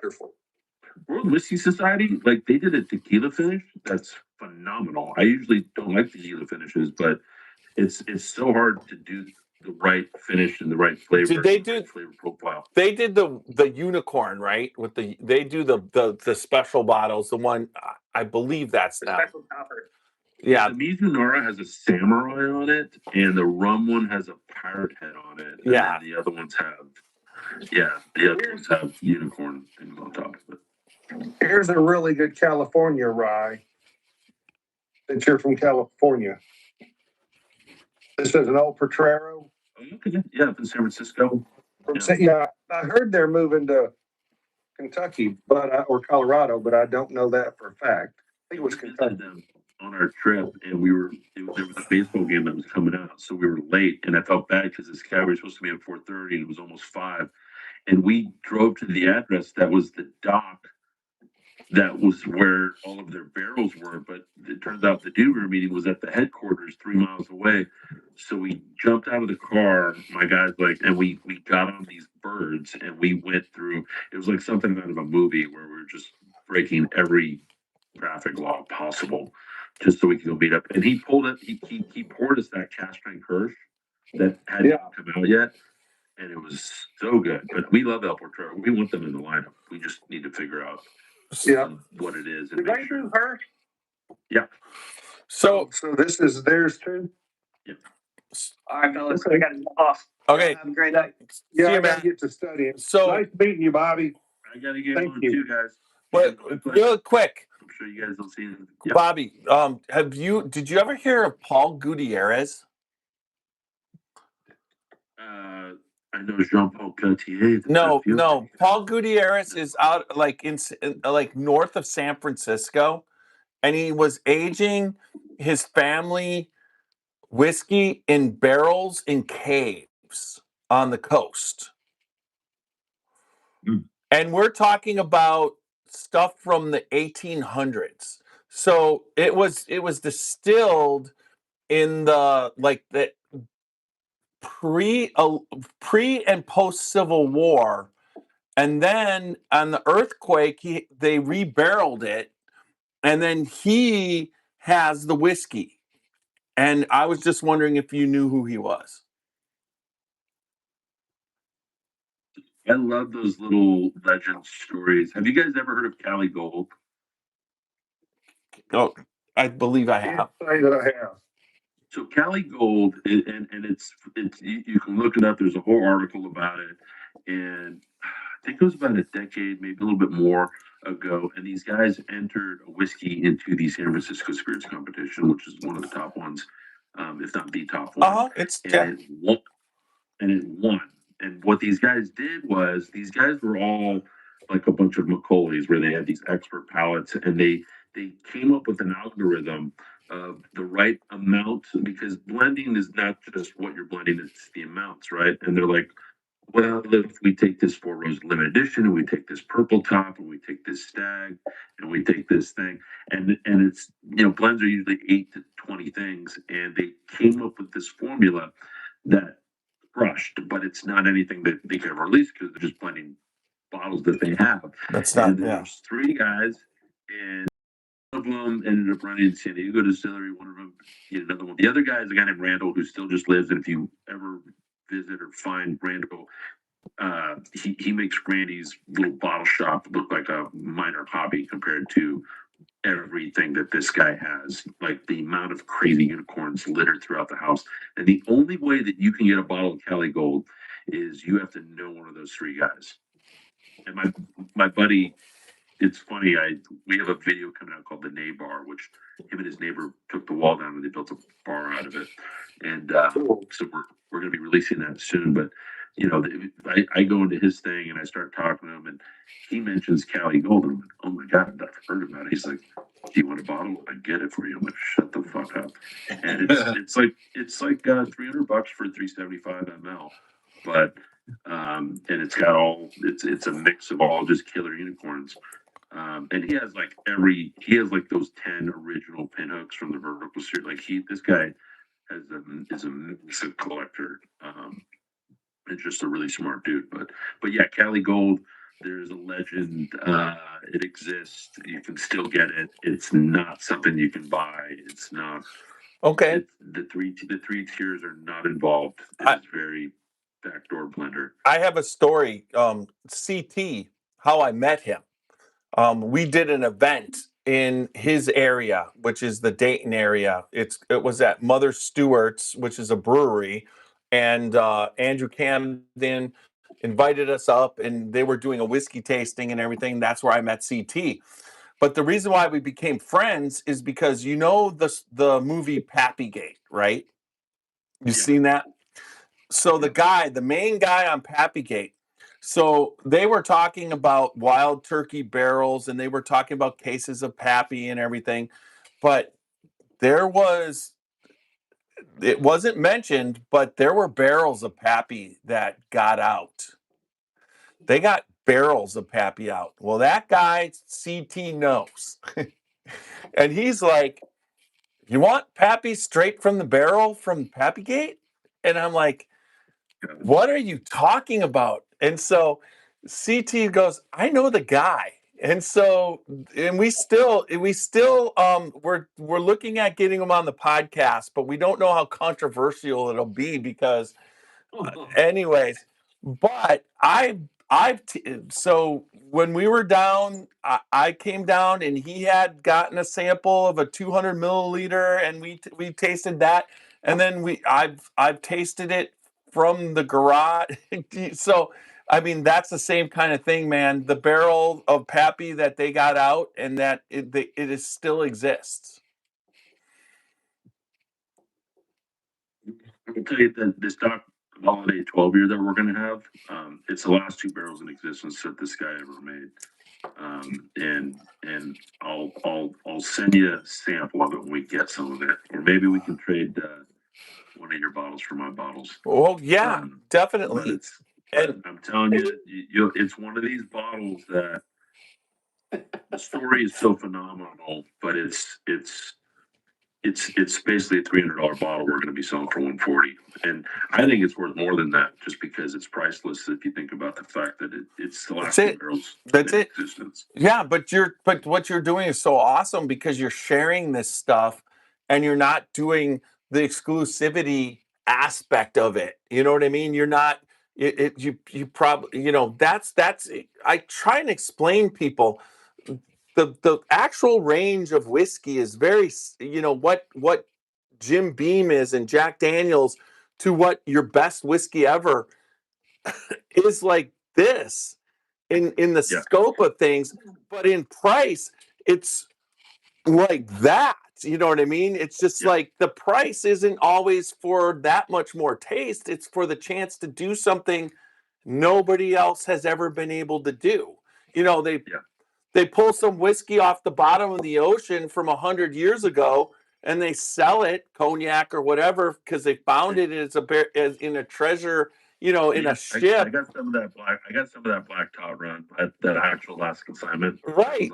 So the Royal Navy, I got some of that, and I gave it to a buddy that I know would appreciate it because he's a big rum guy. But he's gonna like it, but it's not gonna be $50,000 more than rum now. You know what I mean? It's just not that you're just playing a game of to be on the planet to do something that not a lot of people get to do, right? Yeah, sometimes perception trumps reality, and I'd say that the Stock Holiday 12 that we're going to have is one where the perception and the reality are just in sync. And look, there's going to be 12 less bottles available because I'm pulling those for myself. As you should. I'm a number one customer. Well, cheers, guys. I appreciate you. I got to put my kids to bed. Thanks so much. Thanks for being on. But let's stay in touch. Hey, but seriously, you guys think tank this. Like, send me your suggestions. We're at Best Idea Wins. We'd love to. Like our September box is our members only box, which is all member recommendations. So it's every September. We only line that with ones that last year we had Highwire in there. If you haven't had Highwire out of South Carolina, one of the best noses on a bourbon you'll ever. So everything in that lineup, and we love it because it's like sometimes the lineup ends up being one of our best lineups, and that's just because we're sourcing from all these people that tell us about the diamonds in the rough. Tell us, you guys are out on the trail, you guys are finding these ones, so share them. Yeah, for sure. Well, I'll get you. I'll work out and getting you some Lillian and some Dalton sent up your way. I'll get your I'll swirl that Doc Holiday 12 years to the side for you. Okay. All right, and then we'll hook up on. I love what you're doing, man. So. No, thank you so much. Thanks for your time and your support. I I love what you guys are doing too. All right. Cheers, Bobby. Thanks, Bobby. Guys. All right. Good night. Cheers. Good night. That was awesome. Yeah. Good night, Facebook. Good night, Facebook. There you go. And wait, let me get off YouTube. I told that went well, and then CT was like, "Why didn't he say goodbye?" It's just like, God damn it! He said he had to. I don't know the reason, but if he had to, he had to. I just All trust right. his judgment. Good night.